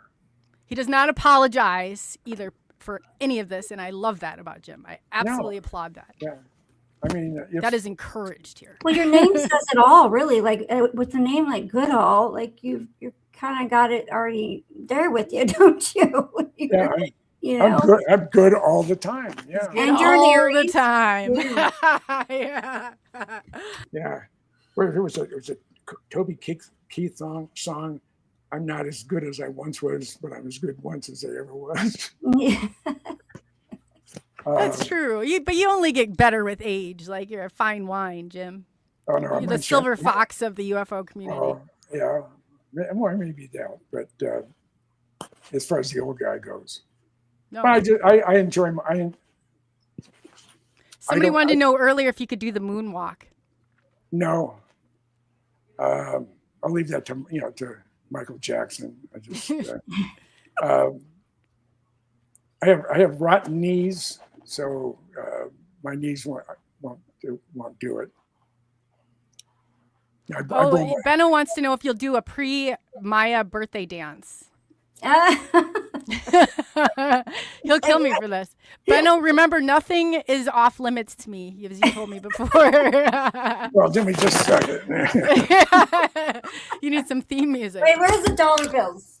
Yeah. That's awesome. Yeah. This is getting bad. I know. It just went downhill in like seconds. I have a clip of you. I took a jacket off or something on it. It was so funny. Once in a while, I'll go back and I just laugh about it. And then I didn't think you caught it, and you're just razor sharp on it. I was like, man, how do you watch everything? Well, when I'm on a podcast with somebody, if it's at someone's office and your studio back up, I look at everything in the background. You do. You've caught me a couple times on stuff, and I'm like, how did you even? You're just like on it. I'm like, man, nothing gets by Jim Goodall. I don't care what you say about your vision. You got to have razor sharp vision. It's amazing. Good-looking women have gotten away with by Jim Goodall. That's the nicest thing you've ever said to me, Jim. Right there. I like you. There's not. I think it's hilarious, though. We've always had this relationship. I remember one time you got so frustrated with it. You're like, I don't want to sound like her. We were like, it was like, I said, this is what I live for with Jim Goodall. I love it. Yeah. Well, and people ask me, because I've had access to so much stuff that's happened in the spooky world, and I've met a lot of the original people out there. And I just had a brain fart. The thoughts just went. Well, yeah, I was kind of throwing you for a loop there. I threw you off. One time you got so frustrated at me. I can't remember what it was, but you blurted. It was so funny. I'm going to find some old clips of you. We're going to come on and because there's some like classic moments where I've said there's nobody that zung me like you have before. It's hilarious. I love it. Yeah. I have a question from Sam here for you, if you want to answer it. Sure. She wants to know if you've seen anything inside Area 51 you can share. Let me preface this way. Someone asked me, what do you keep to yourself? I said, I keep nothing to myself. He doesn't. Because if I were to get hit by a truck on my way to the bathroom tonight, that goes with me. So if I learn something, there's going to be a number of people, and they're going to be diverse. I would tell Doc Skinner. Yeah, I would tell the Cousin Brothers. I would tell Michael Stratt. You would call Coley and tell her too. Yeah. and of course, Dave Scott. And it's something I feel I would, I don't keep anything. I've and I'm blessed with a real good memory. Even smoke, and I don't smoke a lot of weed because of my brain surgery 40 years ago. I have had a constant headache on a scale of 0 to 10. I've had a 4 headache for 40 years. I know you do. I know you. That's horrible to suffer that chronic pain. And if it got out of way, I would end up in a fetal position for 3 days. And I consumed an almost lethal dose of Tylenol extra strength and Advil. Three Tylenols and 2 Advils every 4 hours around the clock for 10 years, just to keep my head on my shoulders. I don't drink at all. No, I know that. I've thrown up with the best of them in my youth, but I used to like a good wine, but since my surgery, any alcohol gives me a splitting headache. So I don't. So I've been everybody's designated driver forever. That's even better. It's not worth it anymore. The DD. Yeah. Everybody likes the DD. Yeah. How you could get up there and rip up that rug though without any, that's a Tylenol on its own. Well, one of the things that happened when they took the tumor out, they severed my auditory nerve on my left ear. All this does is add symmetry to my face and a place to hang an earring, because my ear is not connected to my brain. Oh, wow. And is that what's wrong? Yep. I'm joking. And that's where your balance is. I cannot get out of a chair and turn at the same time. I'll fall over. Anything like that will affect your balance greatly. It will. That's a good point. I could not pass a drunk test. Close your eyes, stand up 1 foot. I can't do it with both eyes open, let alone have them closed. Yeah, you're right. That throws it completely off balance, because I've had stuff before and was like, you lose that. Yeah, I got to a point in my life where if I don't like you, I'm not going to say anything bad other than doorbell. I'll ignore you. And that's sometimes that's worse than slamming the person for being a jackass.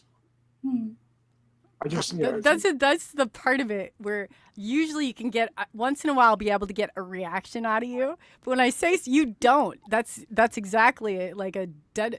I mean, Jim just sits there and I'm like, oh, this is so painful sometimes. Yeah, I love it though. Nothing surprises me anymore. And same. Well, if I had a scoop, I would give Coley a scoop. No, they're talking about before you, because I think they think it's funny that we had they probably haven't seen the dynamic. It's been a while since you've been together, but you don't take crap from. I mean, where I would sit there, I have a hard time sometimes keeping a straight face. I know it, and I just look at you, I'm like, man, how are you doing this? You're like nerves of steel over there. No, it's just that. You're not gonna let me have a day. I'm a storyteller, and they're all based on real life experiences, and I've been blessed with a real good memory. And I've razor sharp. And I've not like it used to be. I could read. This is before the internet, and I would go to a library and I would read all the news magazines, because there was no such thing as the crap news network and stuff like that. I know. Think of what we believe. And someone would be talking, and it was me, say it was Business Week or Newsweek or Time, and they say something. I said, yeah, I read the article, and I said, but I'd close up. On page 37, about 3/4 of the way down on the right column, it says, and I would be able to, if I read it, I could remember it. Memory. No, because I'm absolutely terrible on names. Mm-hmm. I never forget a face. Better than I could remember what tomorrow's date is. So you're like, you call me by my birth name. Yeah, I'm like I'm like, I don't know. Remember? Yeah. It's impressive. It's very impressive. No, I I know. I've been blessed with a real good memory, and now you have the difference between myself and my wife, who has no memory. Oh God, yeah. When I went out to, I wasn't going to see Michael Schratt this past weekend, and I was going to go over to the Cousin Brothers, but I say Brent was gone, and there's I was reading a thing from the U.S. Geological Survey, and they said there's been a whole series of minor quakes up and down the San Andreas, and they're expecting. They said there's an 80% chance that anywhere between a 7.1 and a 7.9 earthquake east of San Diego. And I just drove through there. I mean, I was trying to get the hell out of here because I didn't want to be stuck in LA. God forbid. Oh God.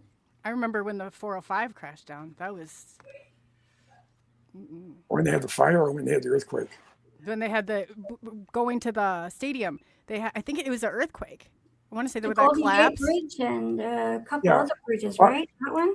Yeah, I was underneath the Hollywood sign for the Northwoods quake. I was in Simi Valley for the February 71 quake. I was in downtown San Francisco for a 7.2, and that was the Loma Prieta earthquake. So I had, at one time, Stu Brown from Property Science was going to do an article, the guy who's a earthquake magnet. Oh, and, yeah. But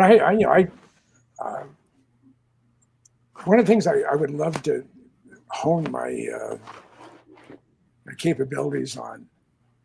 Over the years, I've had multiple dreams or visits or views of world-changing events. From your NDE, near-death experience, for sure. Yeah, and I told my first wife, her name is Shelley. I said,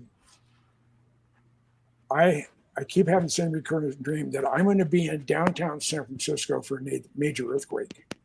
And I had that dream off and on for 7 years. And I would tell her about every 5 to 6 months, I had to sick of that weird feeling I'm going to be in San Francisco. But I have family on the East Bay. I grew up down the peninsula in Los Altos, in the Mountain View area.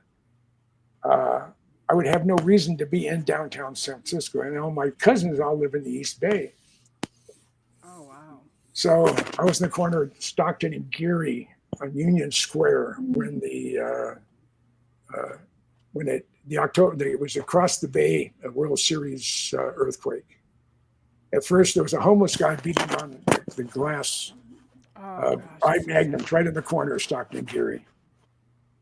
We were staying at the Shannon Court, which is down Geary. Built in the 20s, had just finished remodeling it. It was to be an 85-degree day in San Francisco, downtown San Francisco, which is unusual, and a full moon. So it's just terrific. Yeah. It's always way cooler there because it's right on the that. Trifecta. Yeah. And there's Thomas guy beating on this plate glass window. I magnum saying capitalist pigs and everything. All of a sudden I heard breaking glass. I look over, I look up, and I see sheets of 5/8" plate glass falling from the 10th floor on down. It's all coming out. I OJ'd over the front of a car. And a park was parked right there. I didn't touch it. I'm standing in the middle of the intersection. I look towards Market Street. I see rubble. Oh, shit, I'm here for the big one. So John Tyree, who was my... What does you OJ'd it mean? It used to be a Hertz or Avis commercial where he would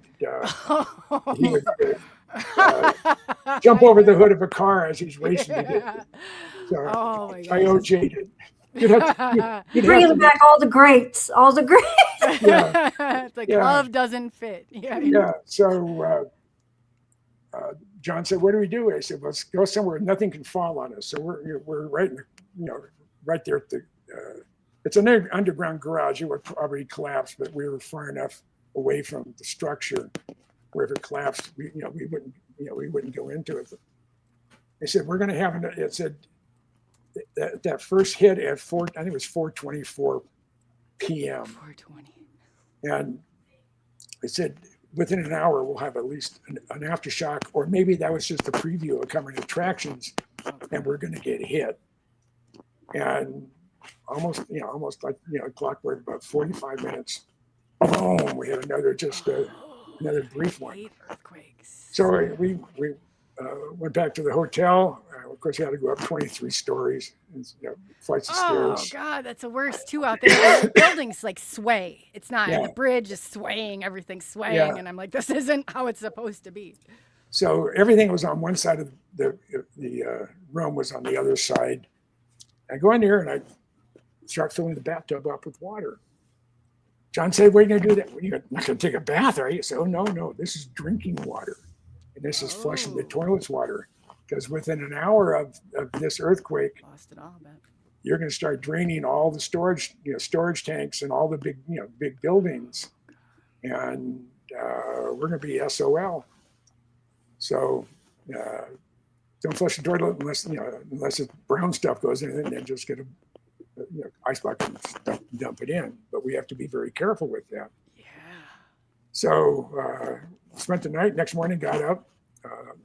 I grew up in the Bay Area, so I know every which way to get to where I want to go. The Bay Bridge was closed because the span had collapsed. Oh, I wouldn't even get So on we the went over- bridge. We went over the Golden Gate Bridge and went across the Richmond-San Rafael Bridge and got into Martinez and Walnut Creek. And my mom's family is all from Pittsburgh, Antioch area. At one time, if your name ended in a vowel, I was related to you. Everybody in town was Italian or Sicilian or Portuguese. Not anymore. But, No. we Yeah, it spent does. I can see how your mom had some spunk now. I didn't Oh. know that. my mother can walk into an auditorium, and if it was chilly inside, she can walk in and the whole place would warm up.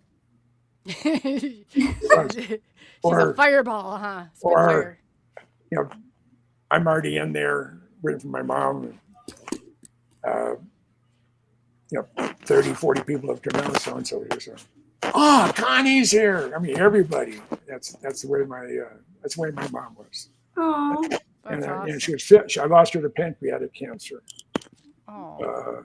And I lost her, buried her on she passed away on Mother's Day.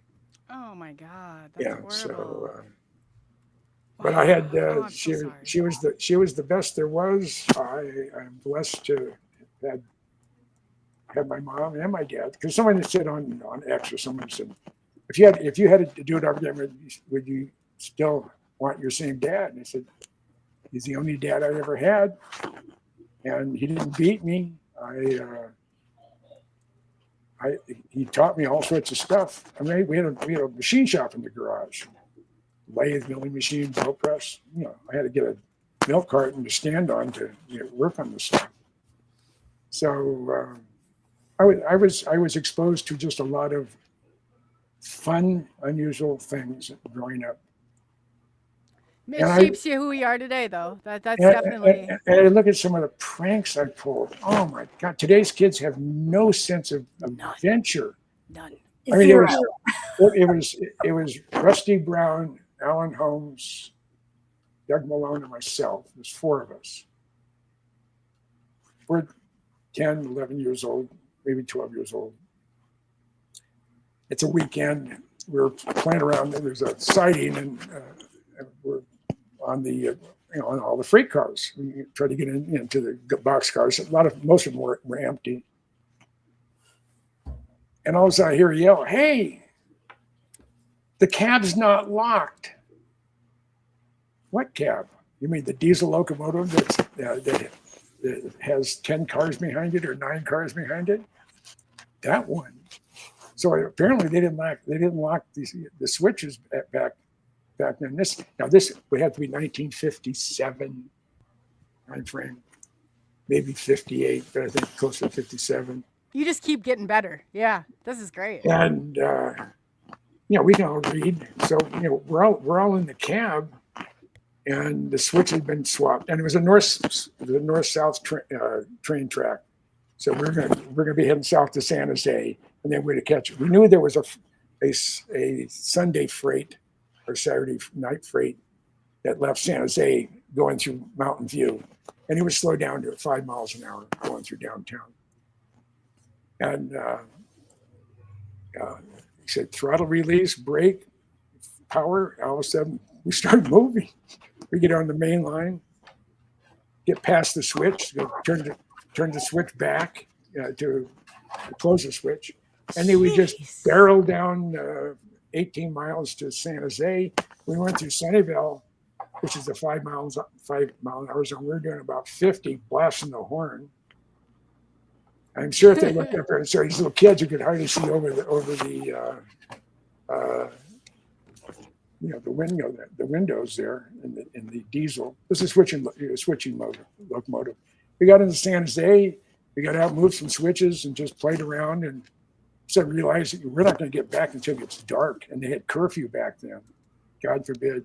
So we did catch the freight. And the area that we were going to jump off on had ice plant. If you're in California, you know what it is. It's a succulent. You're going to turn it into a Kermit the Frog. You're just going to green yourself, depending on how hard you hit it. And the trains are going slow, 5 miles an hour. And we just jump, go. So we get there. It's getting dark. We have our bicycles. Now, how in the hell we have about 2 miles to ride our bikes? And if top seat three kids out at 10 o'clock at night, you're in trouble. So the train station was closed. The doors were open, but the ticket thing was closed. So we got the cigarette machine, turned it upside down, and shook it. Got about 20 packs of cigarettes and maybe $10 worth of quarters and stuff. Put it back. They said, how are we going to get back to Rusty's place? Because we were camping out in the backyard. They had an acre or so. So Rusty said, "Oh, there's a step van just parked right just around the back. It's not locked. Our bikes will fit in the back. I know how I can probably hotwire it." You stole the car. You stole the van. Yeah. It said United States Postal Service on it. So a train, some cigarettes, and a car in one Then he night. put the $10 in quarters back. Okay, I got that. Then you're stealing. You only get better. You only get better. Yeah. So and then we stopped about a quarter miles from Rusty's house. And Rusty Nails. Yeah. I'm joking. And just parked the post office. The stolen federal van you now stole. Yeah. It was in good shape. About 3 weeks later, I hear some kid in the cafeteria at lunchtime. His dad was management, and I think it was Santa Fe, or it wasn't the Union. It wasn't the big one, but it was. I think it could have been Southern Pacific. I don't know. It was one of them. But his dad worked there, and I heard the kid talking at lunch. This is the cafeteria, and I said, "Yeah, they don't know how it got down here." Said they just been missing for 3.5 weeks. Oh well. Oh man, think of that. So you didn't get in trouble for this, right? No. Your mom didn't find out. No. So I'm sure you'd been in big trouble. No. If my mom knew half the stuff, if my mom knew 1/10 of the stuff, yeah, but she had a real good spirit to her too. Oh. I'm up in Seattle. This is 1970, 69, 70. I'm having a cup of coffee with my mom, and she asked me, said, "So Jimmy," says, "Do you ever smoke that? What they call it, marijuana?" I said, "Yeah." I said, "Yeah, why?" I said, "I'm just curious." I said, "You want to try some?" Well, no, just curious. I had a cool mom. Man. Everybody loved my mom. Everybody loved me. See, you were cool back in the day too. I was a nerd. I didn't get laid until I went into service. But I made up for lost time once I found out what it was used for. You had some hot, what do they call it, hot pants? Yeah. No, I had, and then I ended up, I had when I first got out of the service, I ended up working for the phone company. And because of my experience in the Air Force, they gave me 4 years wage credit. And I was was on a troubleshooting team. But I was, for a while, I was call up for night repair. And I worked in the Crenshaw district of LA. Oh, God. Yeah. And that was interesting in its own right. I mean, I got a call one night. It was a Friday night, and my pager went off. It was about 7:30 in the evening. And oh shit! I wanted to go out dancing or having a good time, and now I'll have an emergency call. Someone ripped a payphone off a wall. I had to recover it and then put a temporary phone in for emergencies and a bunch of other stuff. So I drive down. We called the jungle. That was what they called it back then. And the people who lived there that's what they called it as well. It was on Western Avenue, in Santa Barbara, just east of Western, was a nightclub. I can't remember the name. I was going to say, because Crenshaw, I got lost there when I lived out in LA, worked there, and I remember running down and right into Crenshaw. I was like, oh my gosh, this isn't the place to be lost. Yeah. Is all I mean, this was it was a California club on Santa Barbara. It's now Martin Luther King Boulevard. Oh, I love Santa Barbara. I love Santa Barbara. Oh, that's one of my favorites. I look up the marquee, and these are the bands that are playing there. Because not that far away is Baldwin Hills, which is the Black Beverly Hills back in the 60s and 70s. Oh, God, yeah. And it says, Ike and Tina Turner and the Ikeettes, the Four Tops, and the Impressions. I didn't get out of there until 4:30 in the morning. But when I walked in there, it was like an Animal House when they guys go in and they see Otis Day and the Knights. Hey, Otis! All of a sudden, it was like someone hit the mute switch. Like Otis from the guy that used to go lock himself in the jail when he got. I used to call everybody Otis. Is that what you're talking about? No, Animal House. Oh, Animal. Yeah. I get it now. That's funny. That is funny. Yeah. That was just like that. And I said, hey, I'm from the phone company. And all of a sudden I became invisible. It only took me about 10 minutes to do what I had to do when I secured the payphone, put in a temporary phone.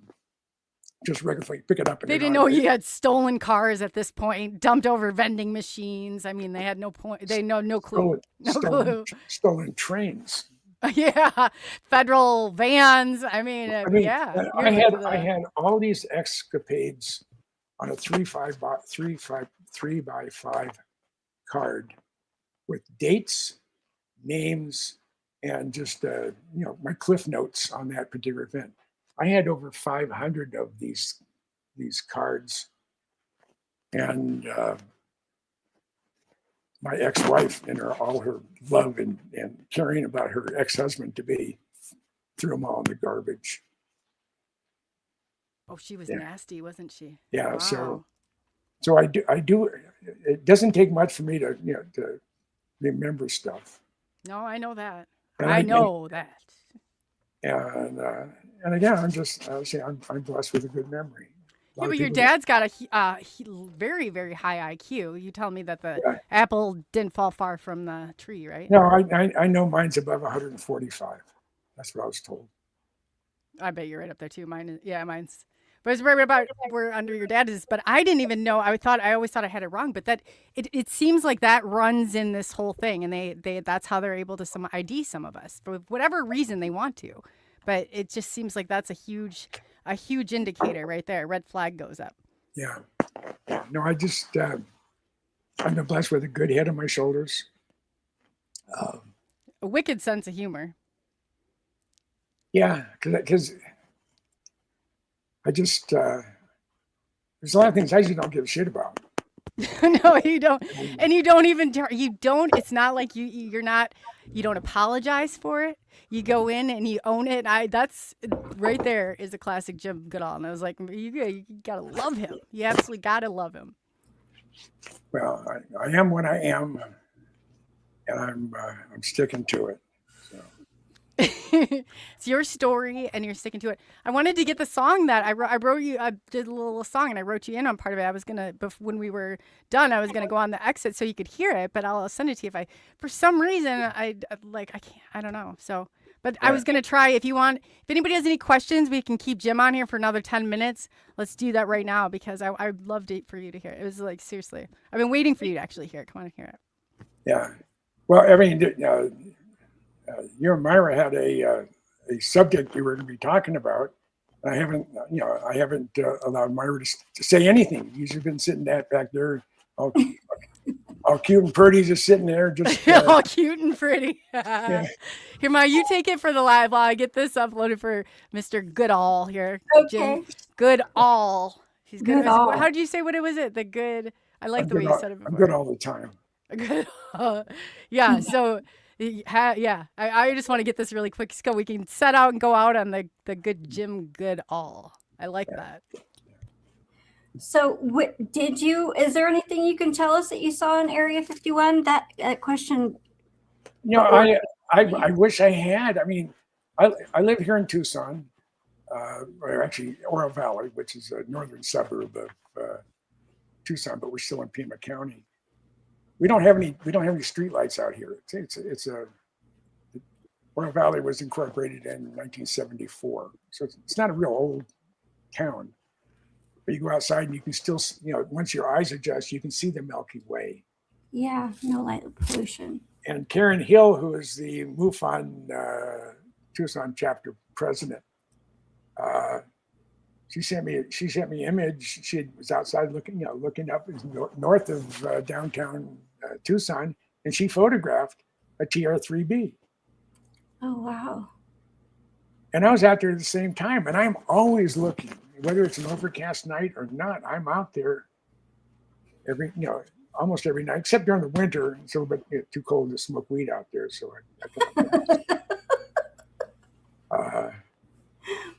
but I've been out Area 51. I can remember being in Tipico Valley, which is the valley east of Area 51. It's where the black mailbox is.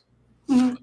You come off Hancock Summit, you can see the Queen Rail Summit or Queen something Summit, 27 miles away. That's how long the valley is, and you can see everything. You can see where the ranch is, and you can see the 4-lane dirt road going into the back entrance of Area 51. And my mind just went. So you could see a lot of the landscape, maybe. Yeah, and I'm out there at the black mailbox, and it was just a sliver moon, and it was going below the horizon. It's still indigo right at the horizon. You're looking up and the stars are coming out. I mean, they're just incredibly bright, and it's so dark. You look down, you can't see your feet until your eyes adjust. And I'm sitting there, and I say, okay, I've been told by multiple people that the aliens they communicate via telepathy. Yes. And I'm sitting there thinking as hard as I can, trying to clear my mind of any background noise or anything else. I said, okay, if you can read my thoughts, I will volunteer to be abducted. May I bring my Nikon with me? I know that feeling. What Nikon did you have? I had the Nikon P1000. Well, I have an 850 now. I think this was what I think D70 was the first one. I think it was. And that was my first digital one. I haven't used the 850 very much, but it's such a beautiful camera. And these things take fairly good photos. Yeah. Yeah.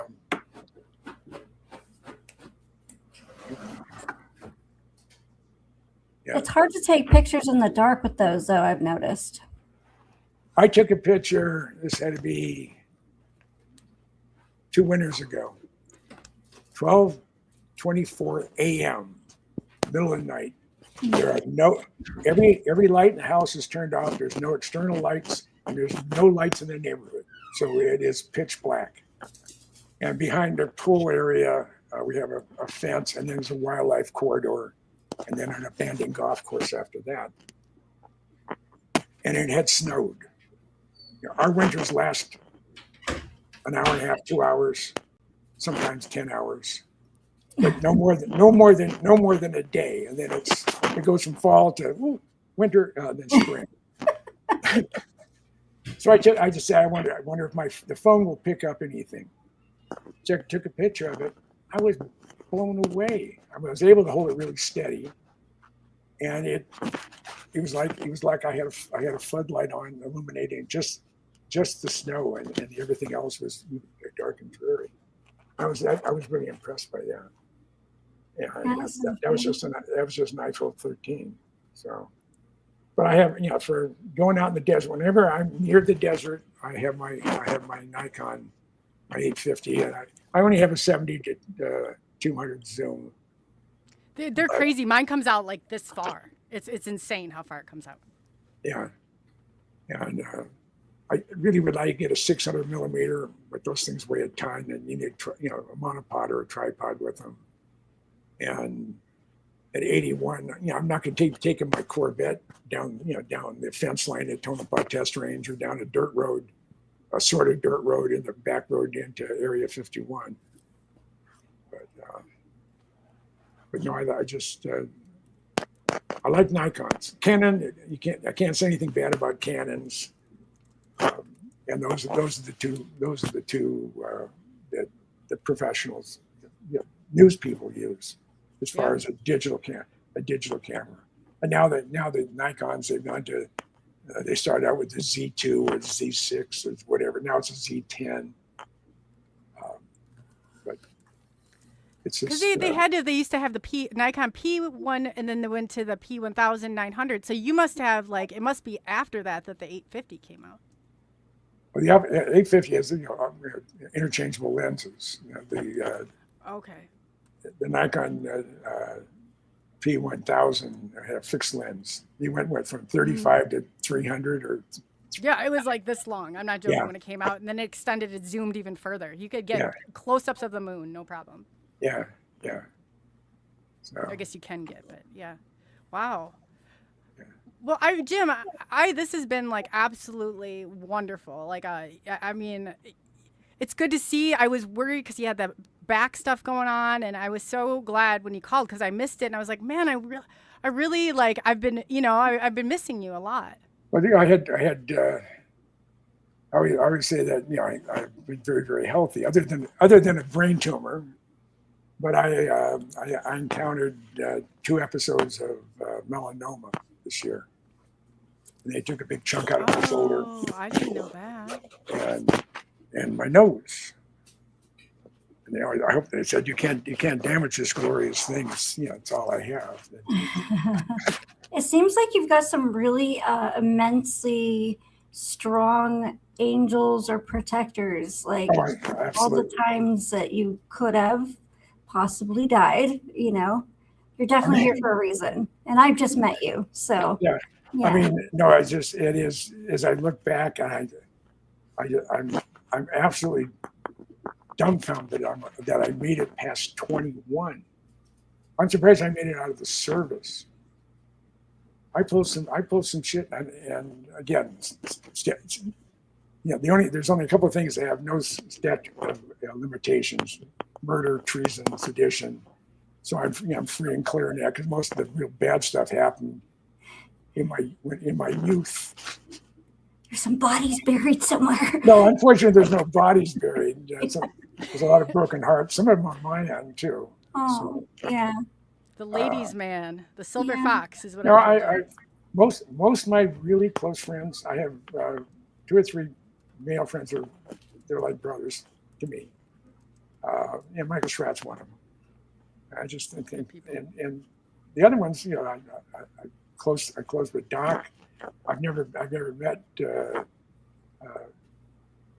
Mr. B in person, but we talk all the time. He'll call me up just getting ready to go to bed. It's about 1 o'clock in the morning, and I'll get a thing on Facebook, and we'll chat for an hour or so. It's a fun group. It really is. Yeah, and I'm blessed. I'm a good storyteller.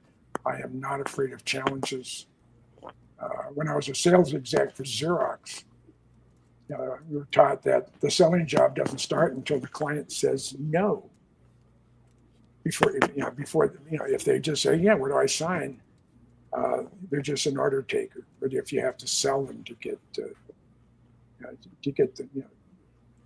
the money, and I'm real good of making a good argument. I mean, I got the entire Minnesota congressional delegation to sign off on getting a Blackbird, and not just any Blackbird, a CIA single place Blackbird, the A-12.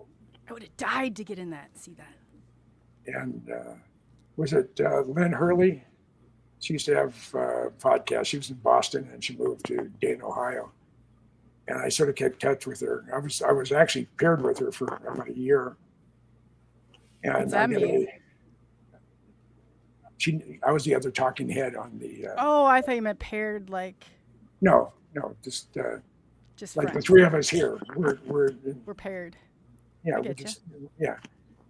And she said, my dream is someday to sit in the cockpit of a Blackbird. I said, well, you live in Dayton, Ohio, don't you? And she says, yeah. I said, next time I come through town, I have a friend of mine who is the director of facilities for the Air Force Museum. He's a Marine friend of mine. And he's, all I have to do is call him up and ask him. So I called up my buddy and I said, I want to be able. I have a friend who would do anything to get a ride, to sit in the cockpit of a Blackbird and get a picture taken. Yeah. So no problem. When you're coming here, I said, August 22nd, 2023. So I called up Lynn. I said, you need to be at the front entrance. The public entrance doesn't open up until 9, but right next to the main entrance is a secondary entrance, and you got to be there at 8 o'clock. And she brought her daughter. Her husband couldn't make it. And she thought I was pulling her leg. And we had the director of the museum, the facility manager, my buddy, and 2 other people, the curator and some other stuff. And I got my contacts shot. People would die for. I've been around a lot. I've been here forever, 80 years. I mean, that's 1945. The war was still going. You're a legend. You really are. You're one of the legends. World War II was still going when I was born. Wow. And so Lynn showed up with her daughter, and she says, "I thought you were pulling my leg."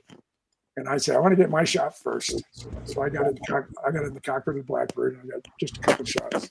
I saw that you have that picture on Facebook. Don't you? Yeah. I don't think I take good pictures. Yes, my one headshot when I was in Hawaii, I had a good tan. It's a good. I like my shot, and the ones sitting in the cockpit of the Blackbird with the arm out. And she did the same thing, and then her daughter did it too. And she said her husband was so jealous. And I said, well, I don't know when the next time I'm going to be in Dayton, Ohio, and if my buddy is still working at the Air Force Museum, I'll make arrangements to get your husband in the cockpit of a Blackbird and his picture taken. So I just haven't been back. So. I wonder all the strings you could pull. We should go on a little road trip, when you come through here. We should, and I mean, I've got a list of places. I bet you could pull some strings and get us in there. You don't even have to go with one of my half-wit ideas, Yeah, I've always been a pretty good, salesman. Yeah, grab that Jim Goodall card and let's go. That's what I'm talking about right there. It's my trump card. Yeah. I bet you. No, I'm not even joking. I bet you could pull some serious strings. It is like, I mean, we should brainstorm here on some of the ideas. I've been just inviting myself along for the ride. I mean, really, though, you've met some of the people that we hear about in history on a lot of this UFO stuff, and you've been there right at those front lines. I mean, dots on your chest and, fighting for the American taxpayers to know this stuff. I mean, that's huge. You're lucky that they didn't, Yeah, I mentioned that I was trying to do putting some notes together on my next book. it's going to be on nuclear weapons. Oh, that should be a. So that'll be number 33, right? Yeah. That's crazy. And then I have a lot of taped interviews that have been transcribed, and then it will be called. These are all the original guys flying the Blackbird, who built them, crashed them, flight test guys, first operational pilots, and it's going to be called Interviews at Mach 3+. Oh wow! And I have a guy who's been friends of mine since 1981. He was a number 3 guy at Skunk Works when he retired, and he said, "We'll have to do a book together someday." So I've already told Steve that, let's do a book together. And he still has, yeah. Who was Pardon? Steve? Steve who? Did Justice. Part? No, Steve. Oh, really? He was on To the Stars Academy for a while. I know. I followed him closely. And they lost their funding, so most of the group dissolved. And I've tried to get Steve Justice to come on for an interview too. Yeah, you can come on here and you'll interview him. That'd be great. Yeah, no, he still deals with the spooky side of aerospace. I know. Yeah. He's one that I can tolerate, to be honest, because he knows the technology. No, Steve's 6'7". His wife is 6'1" or 6'2". Oh wow! Oh my gosh! And he's just a super guy. And I had met him when he was with the Navy A-12 Avenger 2 program at General Dynamics Fort Worth. Is he a Black Ace? No, he was a composite guy, and he left when Lockheed was looking to take over General Dynamics. I think they moved him over to the Skunk Works, and he's been on. He knows what my passions are, and I've asked him over the years. I said, "Is there anything?" I said, "I know you can't tell me, and I know I can't. I'm not going to try to push it out of you. But is there anything that you're aware of that would get me excited?" He said, "There isn't anything that get me excited, and I get more excited than you do on the stuff that you say. Oh yeah, I know about that." But one of the things I did say when I was out, I did a book signing at the Skunk Works on June 3rd, 2021. I was at the Skunk Works. I remember that. And we were driving after the book signing. We were going to go over. Wasn't that on the anniversary of something though that you did that? I thought. No, but it was just a 75-year. The 75. Book. Yeah. Yeah. No, that's awesome. Wow. And as we're heading over to Site 2 at Palmdale, that's where the U2 operation is. Jeff Babion, who's the vice president and general manager, I looked him square in the eye. We're in the back of the limousine. I said, "How much alien technology is utilized in Skunk Works programs?" And without batting an eye, I said, "None that I'm aware of." But that doesn't mean that technology like that may have been used on something that's above my pay grade. Oh, the black budget project Skunk Works they held a big chunk of that. Do you think he really didn't know? Yeah. Or he just probably couldn't say anything. You should have said knock twice or something if it's like, because I think they have to be if they mess up and flub up and they let those cats out of the bag, that's big right there. Well, Ben Rich, is Kelly's right-hand man. Mm-hmm. And probably the only person that could have really just slipped into Kelly Johnson's shoes. And I don't know how we managed, but You're Jim Goodall, for God's sakes. He liked what I did, and he liked what John Andrews did. And I was to John Andrews as Michael is to me. Oh. John Andrews was my big brother that I never had. You and Michael are so close. It's really cool to see that relationship. Right. And so I call Ben, I knew Ben was at USC Medical Center. He was dying of esophageal cancer. I called him up 10 days before he died. This is December of 90, I think it was 95. And we'd talk about 45 minutes. I could tell he was getting tired.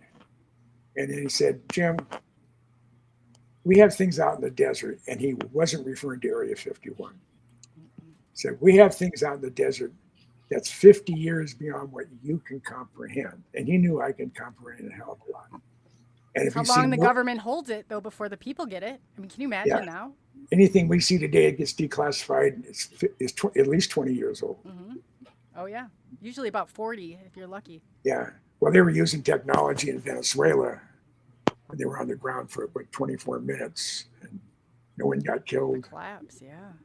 Nothing. The Russians or the Chinese had an air defense system, radars. It was silent. They were using some technology that had not been used in a operation like that before. So, but Ben said, if you've seen movies like Star Wars or Star Trek, we've been there, done that, or decided it wasn't worth the effort. I said, Ben, you want to expand upon that? And he said, no.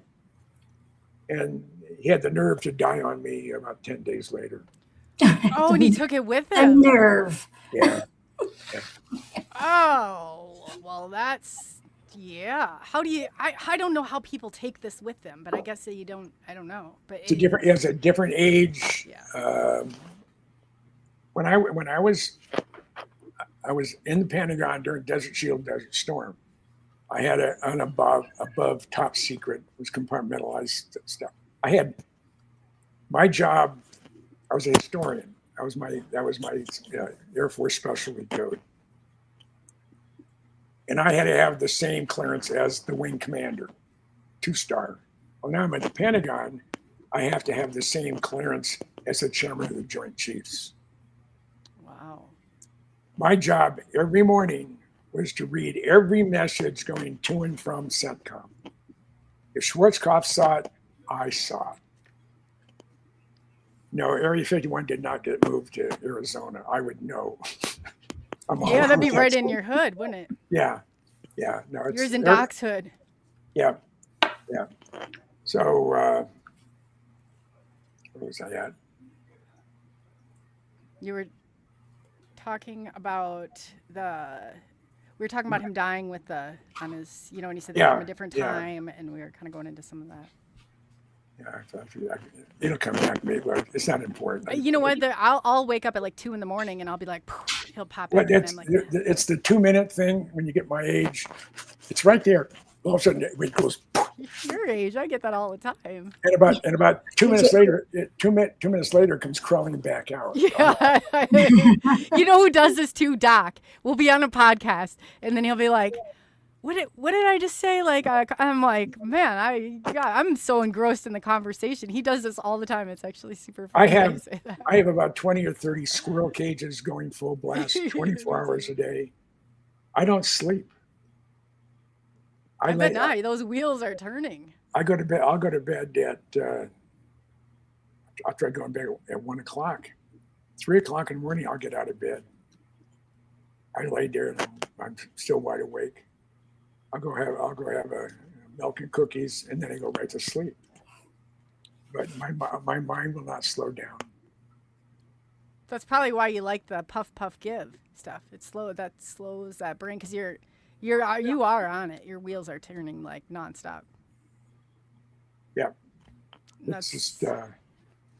How long do you sleep at night? 3 or 4 hours. That's it.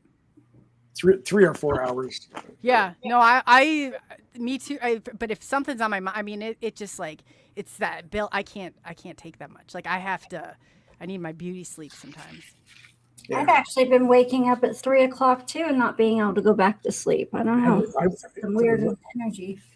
6 times in the last 10 days, I've not woken up and realized that I don't know how long I've been laying in bed, but it's been a while. I get up, I take a look at my phone, and it's been the same time. It's been 3:32 every time I've gotten out of bed and looked at myself. And I'll get up for a half hour.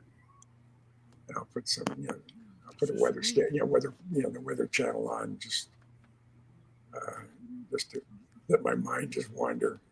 Well, if you do the 8, so you said 322, or is it 7? I guess I always do. I try and break it down into like cryptology terms. Like I wonder what that means. That's interesting. Yeah, You should look it up. My eyes were closed, but I was still wide awake. I get up at 3:30, go to bed at 4, and my bladder tells me about between 7 and 9. We better get up, or you're going to be sorry. Literally, yeah. Yeah. Oh man, the run to the that's but at least it's warm there. Here in the Midwest, you get up in the middle of the night, you're like, oh my gosh, my feet on that cold floor. Okay, how far are you from Rochester? About 4.5 hours from Rochester. It's that far. Mm-hmm. I used to go up to they used to take me up to the Mayo Clinic too. So maybe it's like 4.5. I don't know if there's new highways that have been built since then, but no. You said Rochester for you. Minute, so you just come on through this area, not worry about how far it is. Once we get in that car, you'll have to get me out. So that'll be another. But we'll have some fun. Yeah. So, but that's awesome. That's about it. And again, I took all the spotlight away from you, Mira. No, you've enriched the spotlight. Yeah, it's just you. Yeah. But Jim, I really do. I honestly, I think the world. I think the world of you. Like, there's nobody else that's like you. You're literally like a staple in this. You're an icon. God didn't want to make the same mistake twice. So there's something. And you're not created by any sort of mistake at all. You're meant to be here.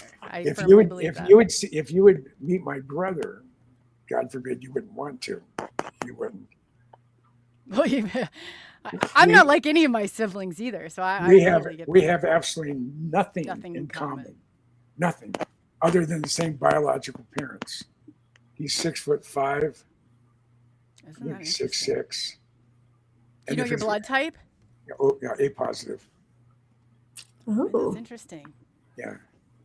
Wow. My son's AB negative. I am too. Oh, okay. It's rare. It's very rare. Yeah. Yeah. My parents are both O negative. Imagine that, how slim to none this gets. Starts getting very bizarre after that point. Yeah. I think Rosemary's A negative.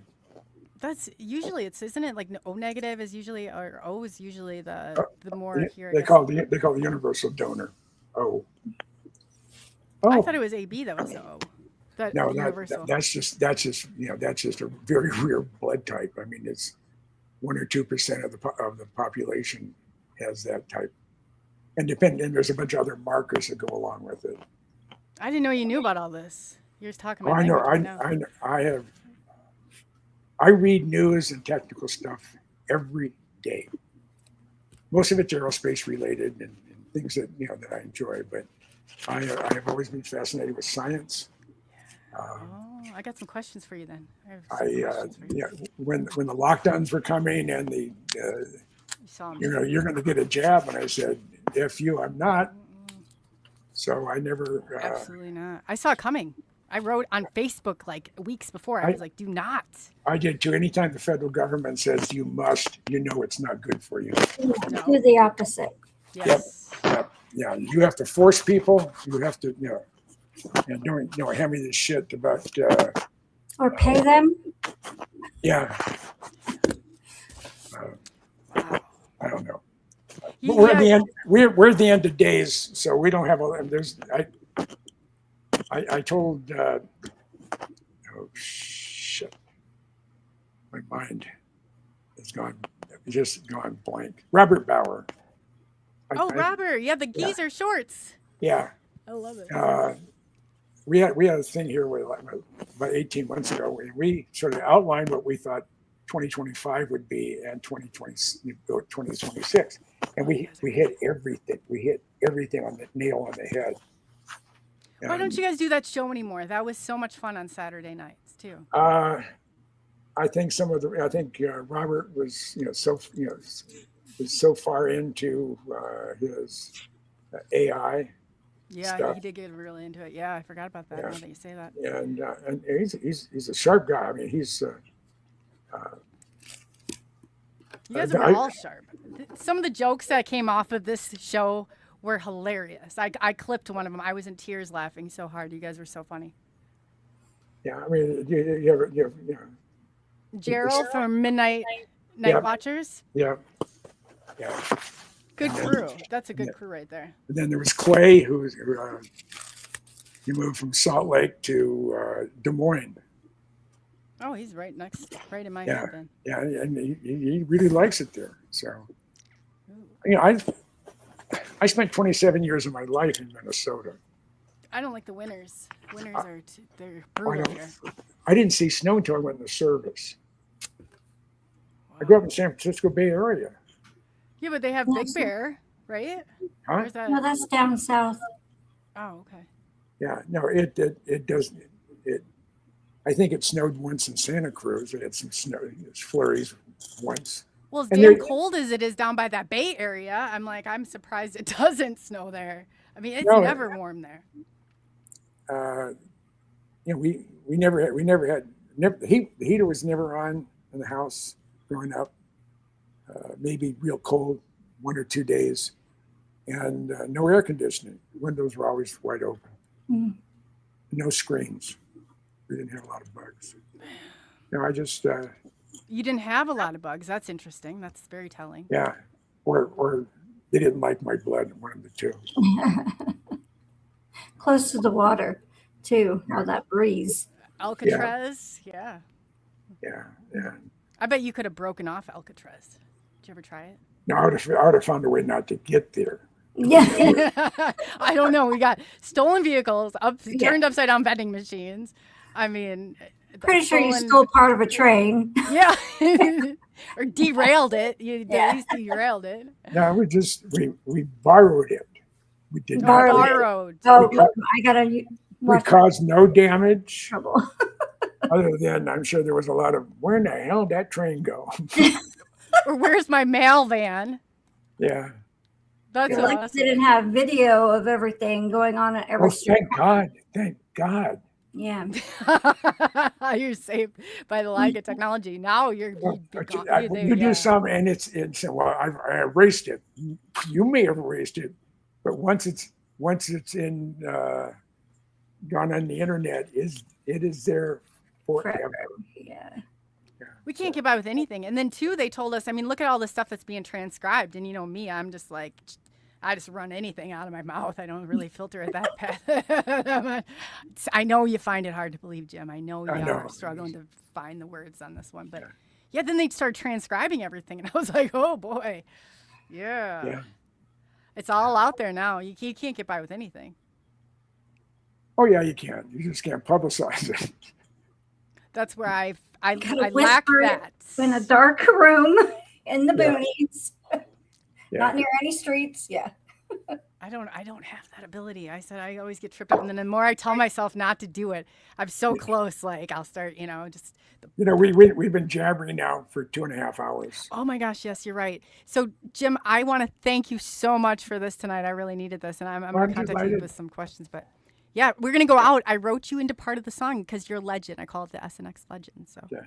You're right there with it. But yeah, on that note, I just wanted to say, Mai, do you have anything from your end too before we go? No, just want to tell everybody to take care of themselves, go outside, ground. Energies are wild. We were just talking about it in the chat. So just make sure you're grounding. My God. That's good. Make sure you're grounding and drinking water and being nice to yourself. I don't know why they don't want me to say this, I guess. I don't know. Nothing shocks me at this point. Nothing shocks me. Other than implanting a brain tumor in me, they were trying to shut me up. That didn't work. So I don't think you can be killed. I'm pretty sure that you're going to live past everybody, and you'll see everything fall and then reemerge again. I told my first wife, I think earlier, I said this for 7 years that I was going to be in San Francisco for a major earthquake. Also, I had another vision that went on for 10 years, but it was so outrageous, I wouldn't tell anybody. And that was both World Trade Centers coming down. I had that, and that was so over the top, I couldn't say anything. And I've had the same reoccurring I don't know if a thought, not really a dream, but a thought embedded in my head somewhere that I'm going to be in Seattle when the big one hits. But what's the time span? So how long has it been since you've had this dream, or you've been having it? Because it seems like the 10-year marker is when it happens. I've had this dream ever since I left the Pacific Northwest, and that was in 2010. So any day now? 16 years. Buckle up. Oh my God. Buckle up. Yeah. I moved to Hawaii in January 2010. I was the curator at the Pacific Aviation Museum in Pearl Harbor. That was my fun job. I lived in Waikiki. I lived at the Ilokai, and I knew every good dancer on the island of Oahu. I bet you ripped up that time. Oh yeah. I had my Harley, and I had an Audi. I didn't have my Corvette there. Did that lack the picking up the women without the Corvette? I bet that really just amped up the ante.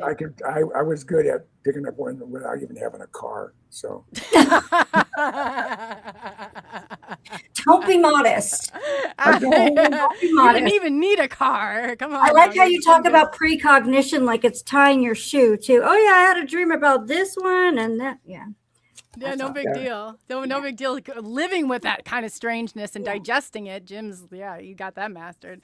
Yeah, it's not easy to do. No, and I've. And one other thing, you probably noticed it because you've seen me off and on over the years. My best friend, who I've known since September 9th, 1962, I met. His name is Rick Brownham.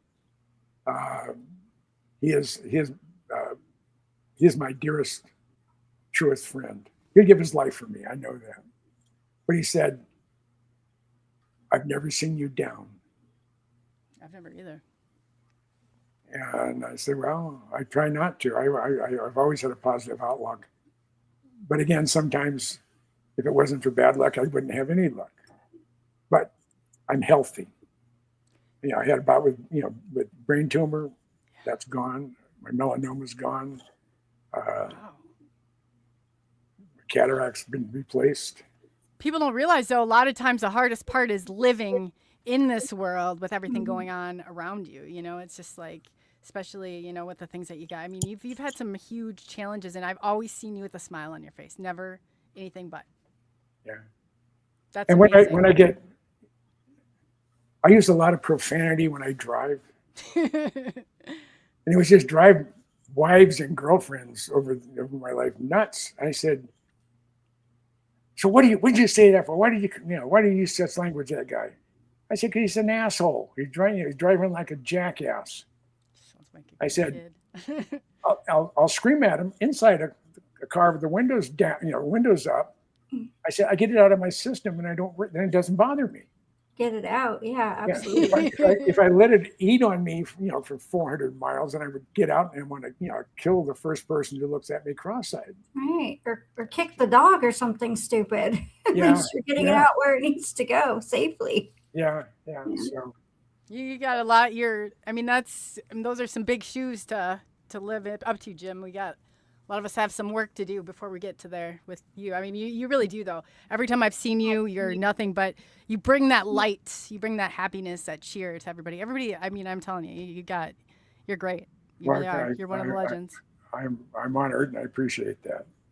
I've always tried to be a positive person. I know, and it's infectious. When I see you, then it's hard to and all those things that you've been through, and you're still smiling.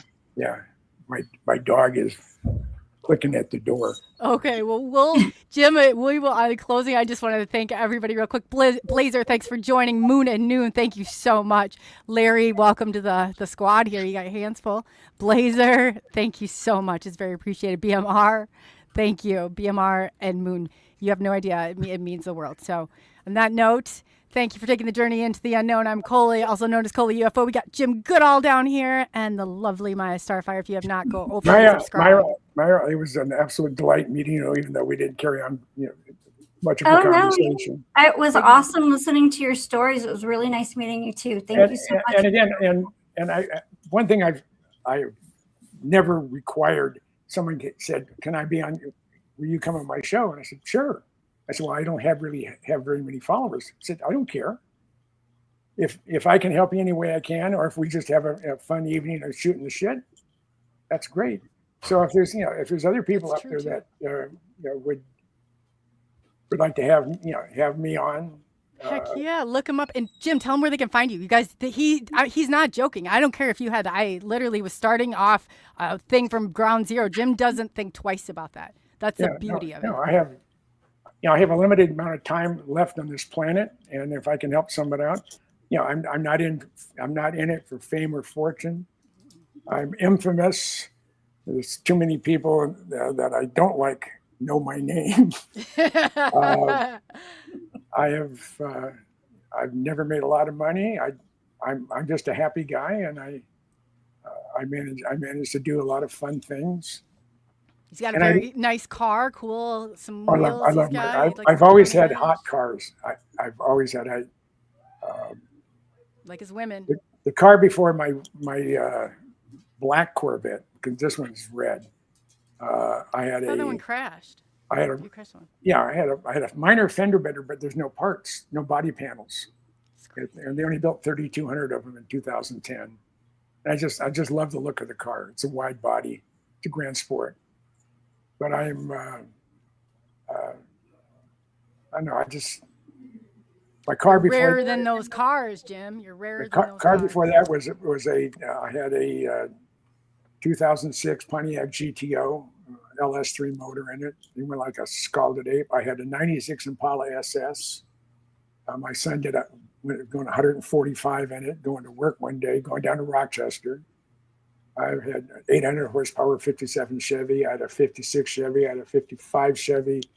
I had a 65 Corvette. I had a 59 Corvette. Jeez. And need a museum. I've had a lot of fun cars, and I've had a fun life. And if it would end today, oh, don't say that. I left. It's not going to. I'm gonna live to be 105. Just put that. 150. No, 10. I don't want to be. I don't want to be 200. Yeah. No. I want to be around for 2050, so I can say, "Holy shit, I made it!" All in one plate. And many after that. But the world in general is in for a year from now. You won't recognize where we're at. I know. And it could be a good thing. Sometimes you got to burn it down before you build it back up. That's right. Absolutely, I agree. Yeah. Absolutely. All right. Well, on that note, yeah, we're gonna play. Jim, I'm telling you, cheers to you, and thank you so much, Maya. Absolutely. If you guys have not subscribed to Maya, get over to her channel, and everybody else too. Follow one another, be good to one another, and ground yourselves. And on that note, puff puff give, right, Jim? Yeah. Here we go. Night.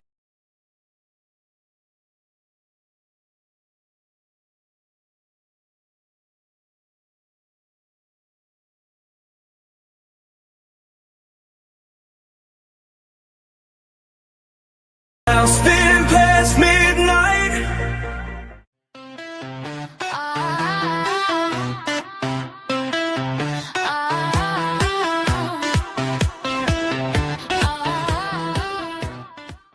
Together we explore it, night after night.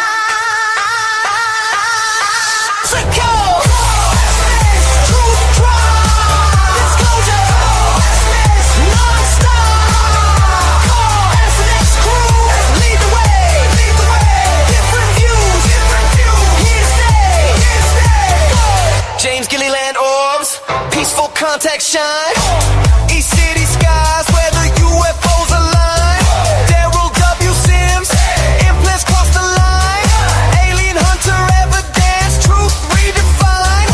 Stephen Love Ray, phenomenal connections burning bright. Seth Breedlove, small town monsters, legends ignite. David Spinks, energy, holding deep. Vibrations rising, awakening from sleep. Truth drive.